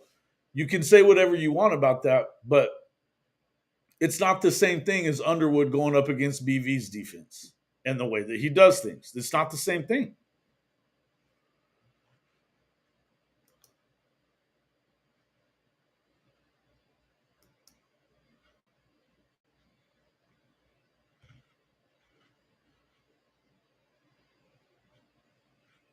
There's my answer. But I mean, again, listen, I'm not sitting here telling you he's winning the fucking Heisman either, and I ain't saying that they're winning the national championship. I've never said that. That's not what I say. But he's got more experience than Arch Manning. He's got more experience than Underwood too. We just talked about it. Said it's a test. That's your test game. Your first game, your first test of the season comes in week 2, and it's going to be a test. Can Oklahoma, should they pass it and win it? Yes, they should. It's at home. You do have that opportunity with that defense. I think it's going to be really good. But listen, it is what it is.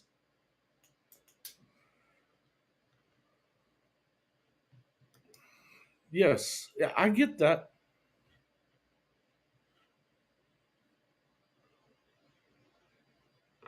Correct, Hankster. I'm with you on that.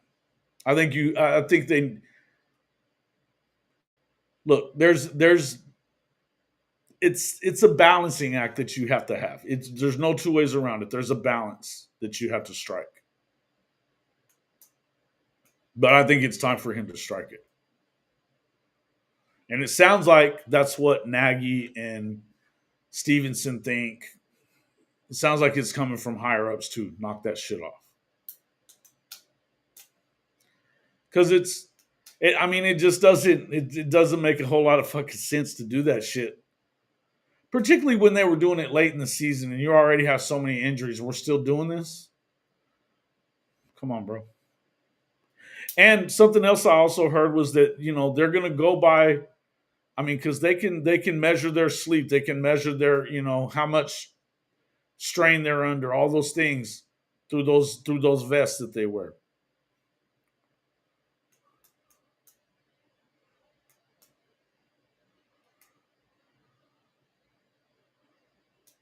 Okay.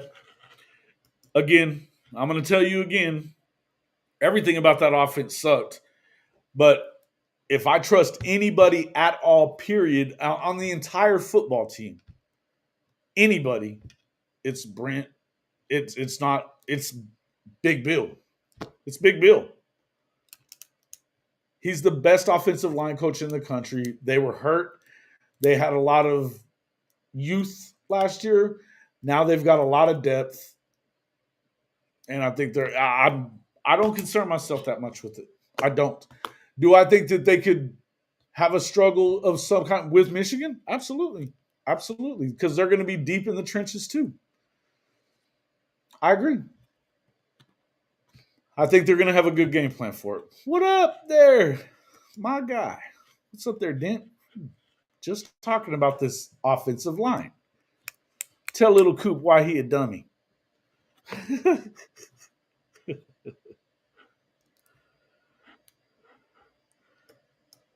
It's not going to be too much Michigan will be able to throw at him he hasn't already seen. Correct. I agree. That's where I think there's a difference. And you admit that. Yeah, I get it.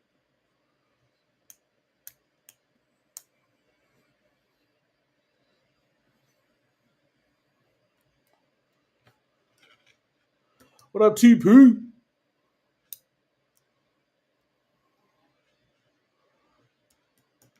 Wow. Like I said, it is what it is. I think that offensive line is going to be legit. Legit. So I suspect he hasn't seen the defense as multiple as Michigan, except maybe in practice at Oklahoma. Well, there's that, Dave. There is that. Because, and you heard them talking, they've been talking about it. They'll talk about it more as the fall camp goes along.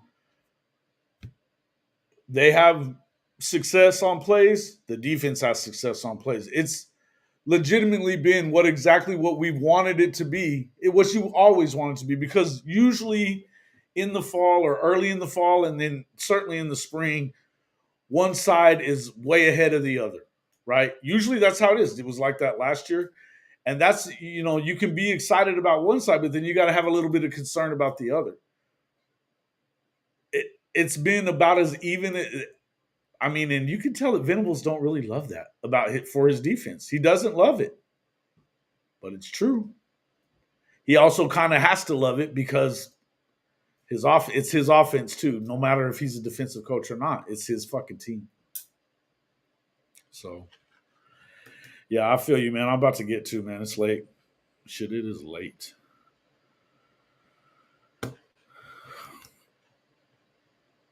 Yeah, and that's the other thing is that I think that he's going to see things that he'll be ready for, and we'll see. You know what I mean? The one thing is, I don't know how much different the defense is going to be. They got the same guy coming back to coach it. They've got film on it.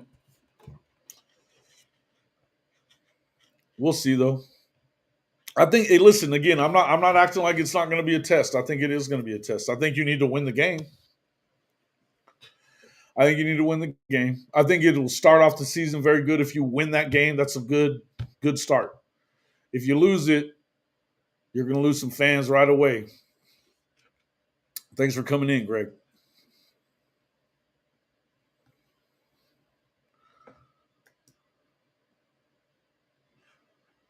But I'm excited, man. I think this is going to be a fun year in the SEC. Regardless, I think it's as up for grabs as it's been in a long time. I think that people are picking Georgia out of. I just think it's a lot of it is just out of habit. You know what I mean? And because Kirby is the best coach in the country. Shotty was talking about that on his show last night. Yeah. Yeah. Listen, I think that he knows that, right?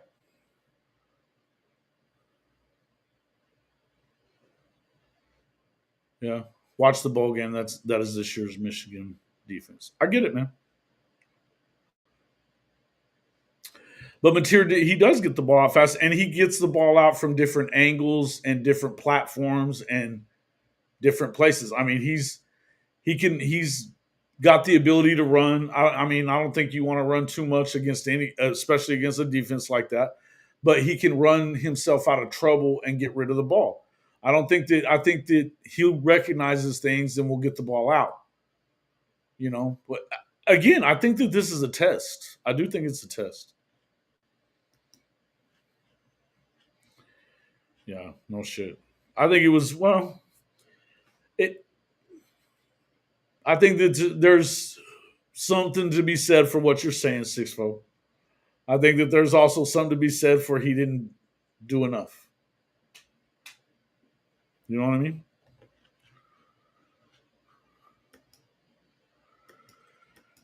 Yeah, it wasn't good. It wasn't good, man. That heat ate my lunch. I played like shit, and we lost. We lost the match, but it was brutal, man. I'm telling you, it was fucking hot. 107 in the with the humidity. Hell, I wasn't even sweating the last 4 holes. TP. I'm not blaming it on that. They beat us fair and square. We'll live to fight another day. But we got some good content out of it for sure. Shout out to Shelton and Ty the Cowboy Ty. They did good. And shout out to my boy Scotty. I wish I'd have helped him a little more, but I was not handling it well. New neon lights. And what? On your truck or what? Or on your vehicle or in your house? What you talking about?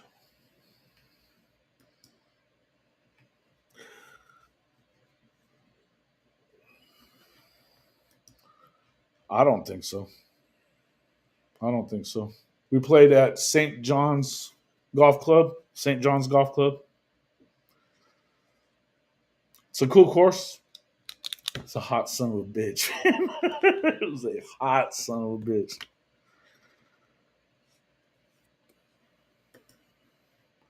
That's fair. That's fair. I'll give you that. Listen, I don't think that there's any doubt that this team loves their coaching staff. I don't think that there is. But I think that there's some things that if they don't start winning pretty soon may wear on some of these guys. I think it's important for more reasons than just the people that are in control firing him. I think you can lose the team with some of the way that they do things if you're not winning. I think you need to win.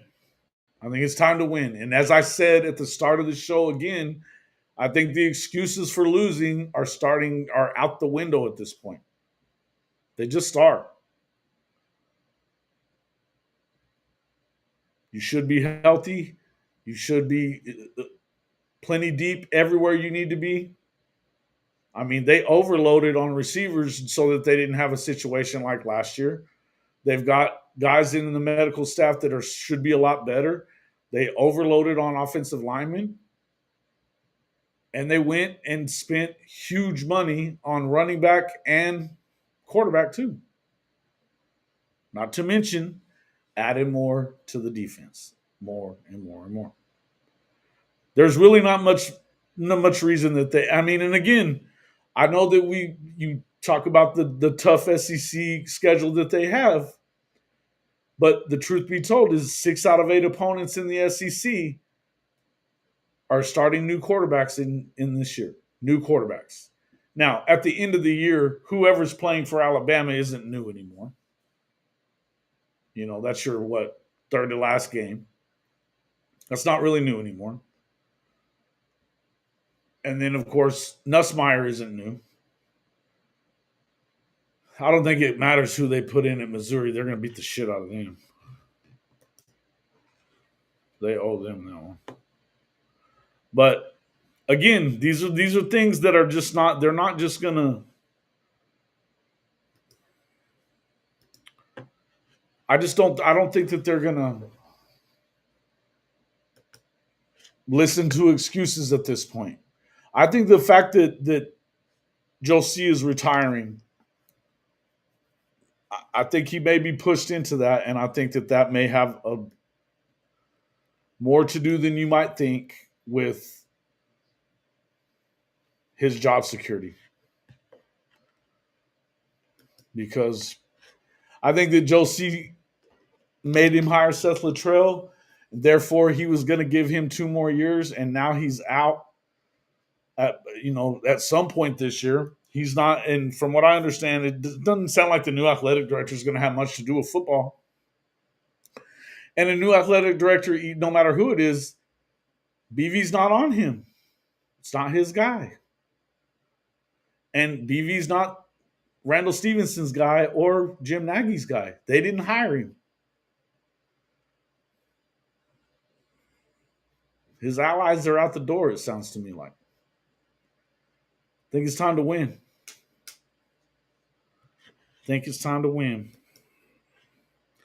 When do we play Tennessee? It's after the South Carolina.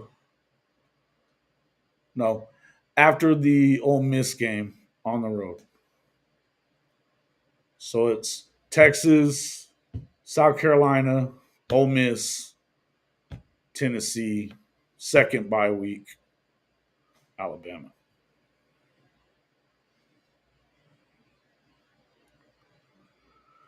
OU has the roster to make the playoffs. I agree. I think they do too. But again, listen, and let's not. I can understand. I could see them losing 4 games because they have at least that many really good opponents on the schedule. Really good opponents. You've got tough road games. Legend talks about Tennessee. I don't know that I think as much of Tennessee as he does. I know what he's talking about, that Neyland Stadium's a tough place to play. I don't think that is – I don't know that they can – they lost a lot. It wasn't just Nico that they lost. They lost Dylan Sampson, who was, to me, the best running back in the country. They lost a lot on that defense. They're kind of having to retool there. Now, their defensive line, it's still good. It's not as deep as it was. And they're adding a lot of new offensive line guys, too. All new receivers. I think this is another. I think that's a winnable game. I think you probably need to win it. You certainly need to win it if you don't get out of the Texas game still undefeated. You can't afford to lose to South Carolina. You can't afford to lose to Tennessee if you want to make the playoff. Those got to be wins. Ole Miss has to be a win. Missouri has to be a win. Because assuming that if the teams that I assume can beat them are Alabama and LSU. And I don't care that they're coming to Oklahoma. LSU has, we talk about Georgia having some reason why they can't beat Alabama. It's a mental thing. It could be the same with Oklahoma and LSU. Or it may not be. But if I'm assuming 2 losses, and I think you still need to get to 10 wins to get in the playoff until I see otherwise. Then if you lose any of those other games, then you have to beat Alabama or you have to beat LSU. I think that's a tough way to get in. I think it's a tough way to get in.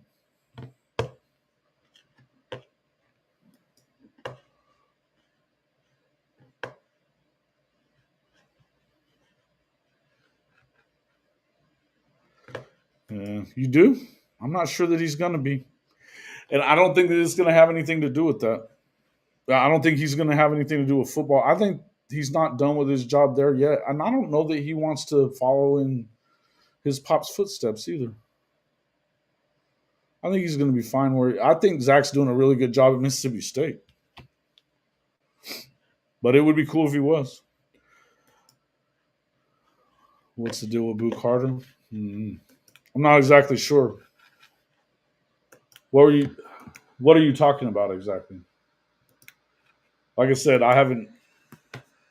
Let's see. I heard something about it the other day.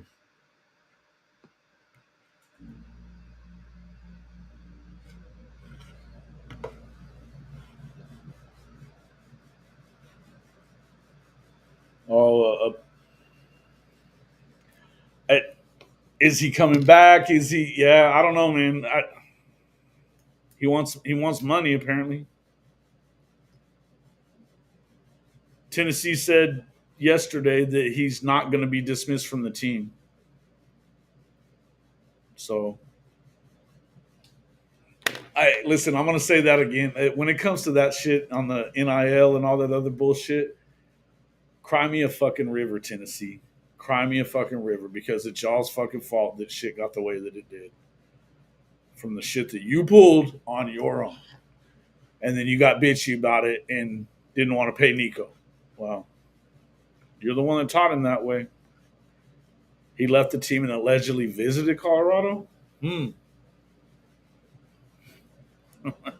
not repeating that, bruh.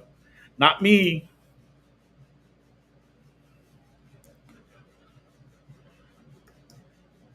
Why? A football reason is simple. Oklahoma has more experience at quarterback. They've got probably a better offensive line situation.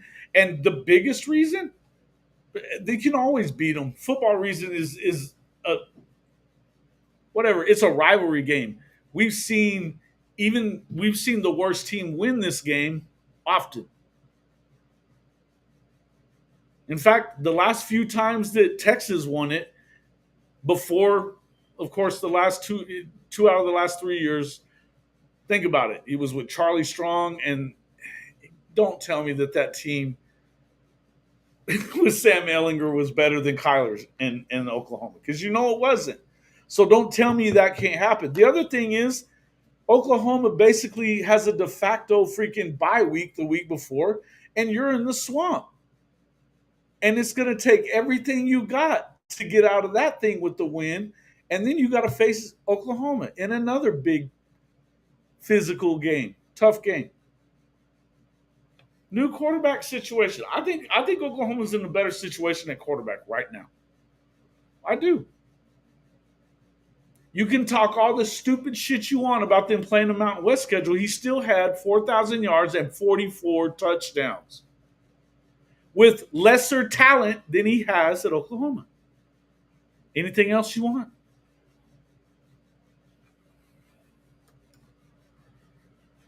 Notice it's only Tennessee, right?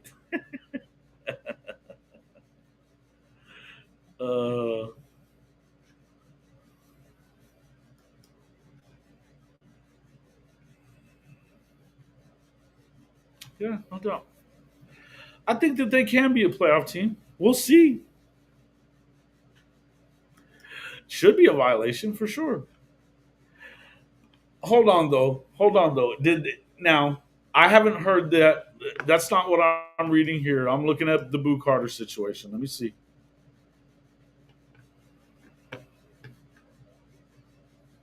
Mm-mm. Why is he bigger than the Power T though when the other guy wasn't?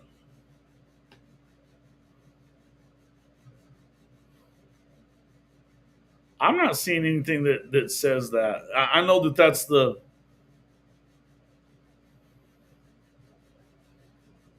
narrative. He was definitely absent. But here's the thing: I'm not sure that Dion would be that crazy to do something like that, right?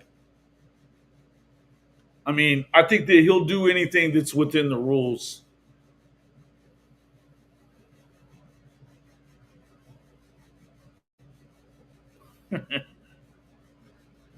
I'm not riled up. What am I riled up about?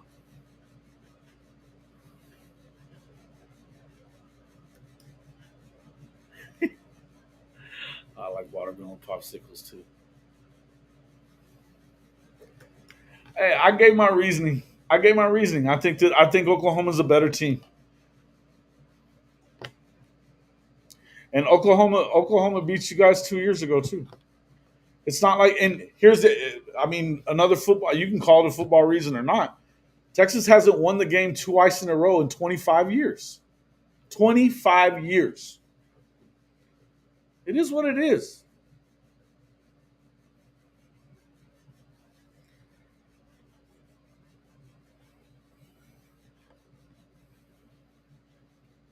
You get riled up and get your Agent Orange going.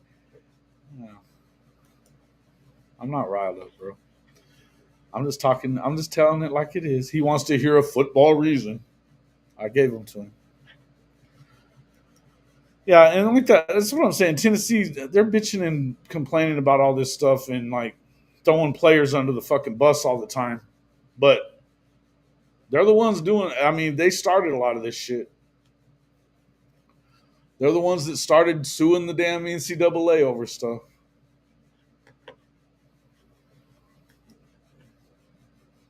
I got you. I like watermelon spiked with Everclear. Woo, buddy. Damn. That's a long next day for me there, legend. Fuck that.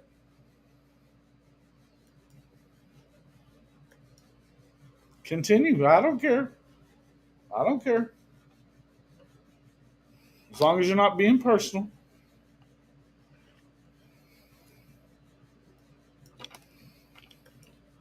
Legend's talking about, I think they beat the Longhorns by 2 scores, says Jimmy. Better give a football reason for it there, Satterfield. Or Little Coop is gonna ask why. I don't know. I think it's been. I thought I've been pretty clear about why I believe what I believe. I'm not talking about anything but football. I'm not talking about the past. I'm talking about right now and who you are. So just assuming that the entire freaking roster that has been turned over, which is a lot of it, new starters, all that turnover isn't going to hurt you is crazy talk.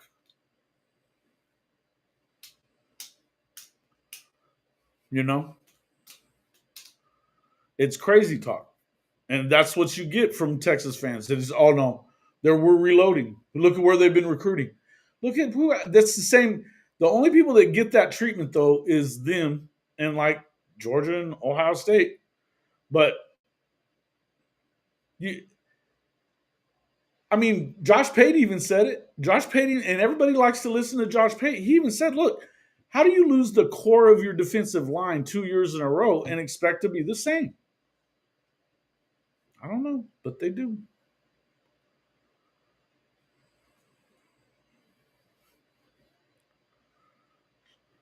Oh, did he? Is that what he said? I didn't see that.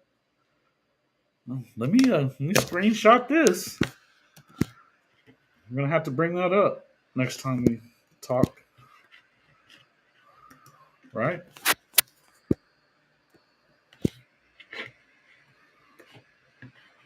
Benji, when did you say that, dog?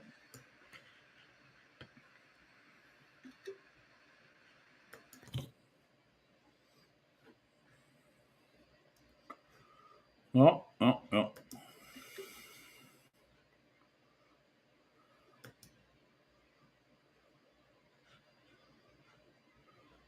Bevo's bodyguard said that? Oh. Oh, well. Did Bevo's bodyguard say that? Because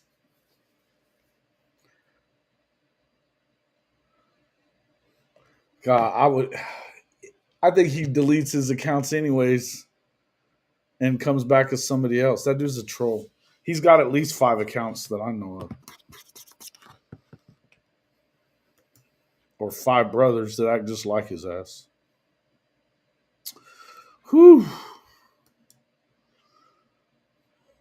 That shit is wild, right?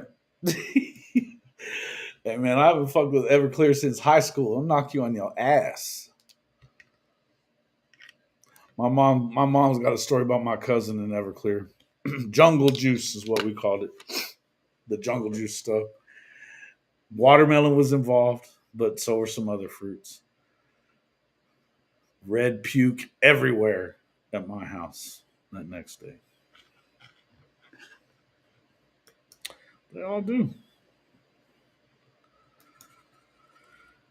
Yeah, he won't. That's what the portal is. Okay, so wait a minute. You want to talk about football? Hold it.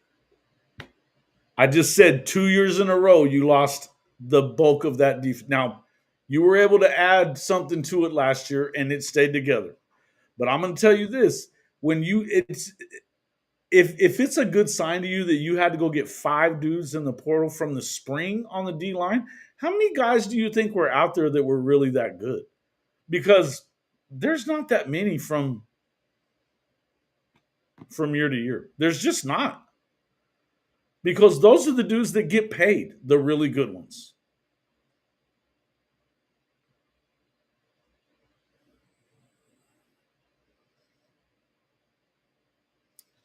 Whatever, bro.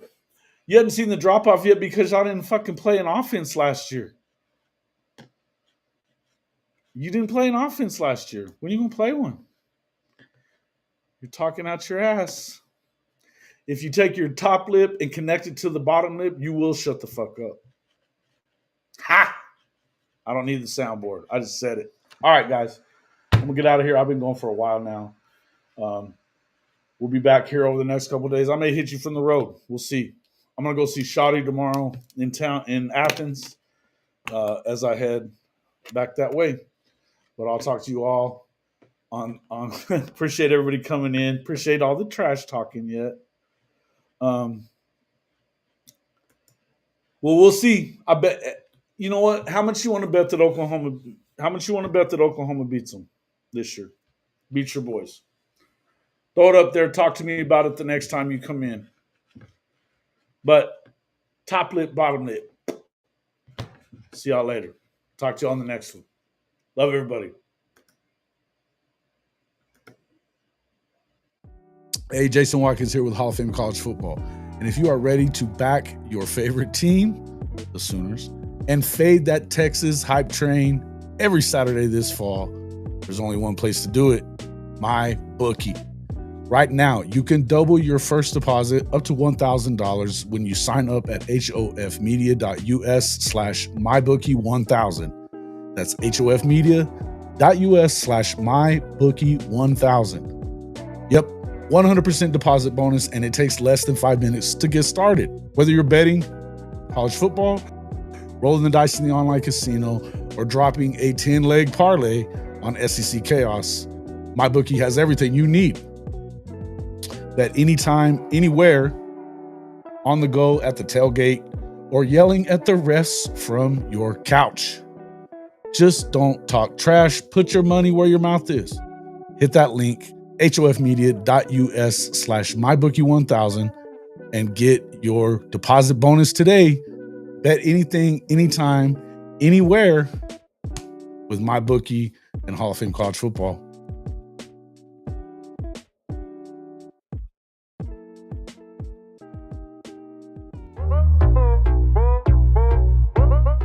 Are you tired of your game day gear looking like it's stuck in the offseason?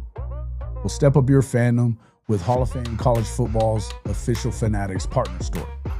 Whether you're a diehard Oklahoma Sooners fan like myself, bleeding crimson and cream, or you rep another one of the SEC's heavy hitters, Fanatics has you covered. Shop thousands of officially licensed hats, jerseys, sideline polos, and exclusive championship merch from the entire Power 4 and Group of 6 too, all shipped directly to your doorstep and fast. Want to gear up like your favorite coaches and players? Are you looking for that perfect tailgate tee or a statement piece for your man cave? Fanatics is your one-stop shop for authentic college football gear from everybody that plays the game. So do yourself and your team a favor. Click our link in the description or simply log on to hofmedia.us/fanatics. That's hofmedia.us/fanatics. And you can shop everything that you want for the best prices of the day right on our Fanatics partner page.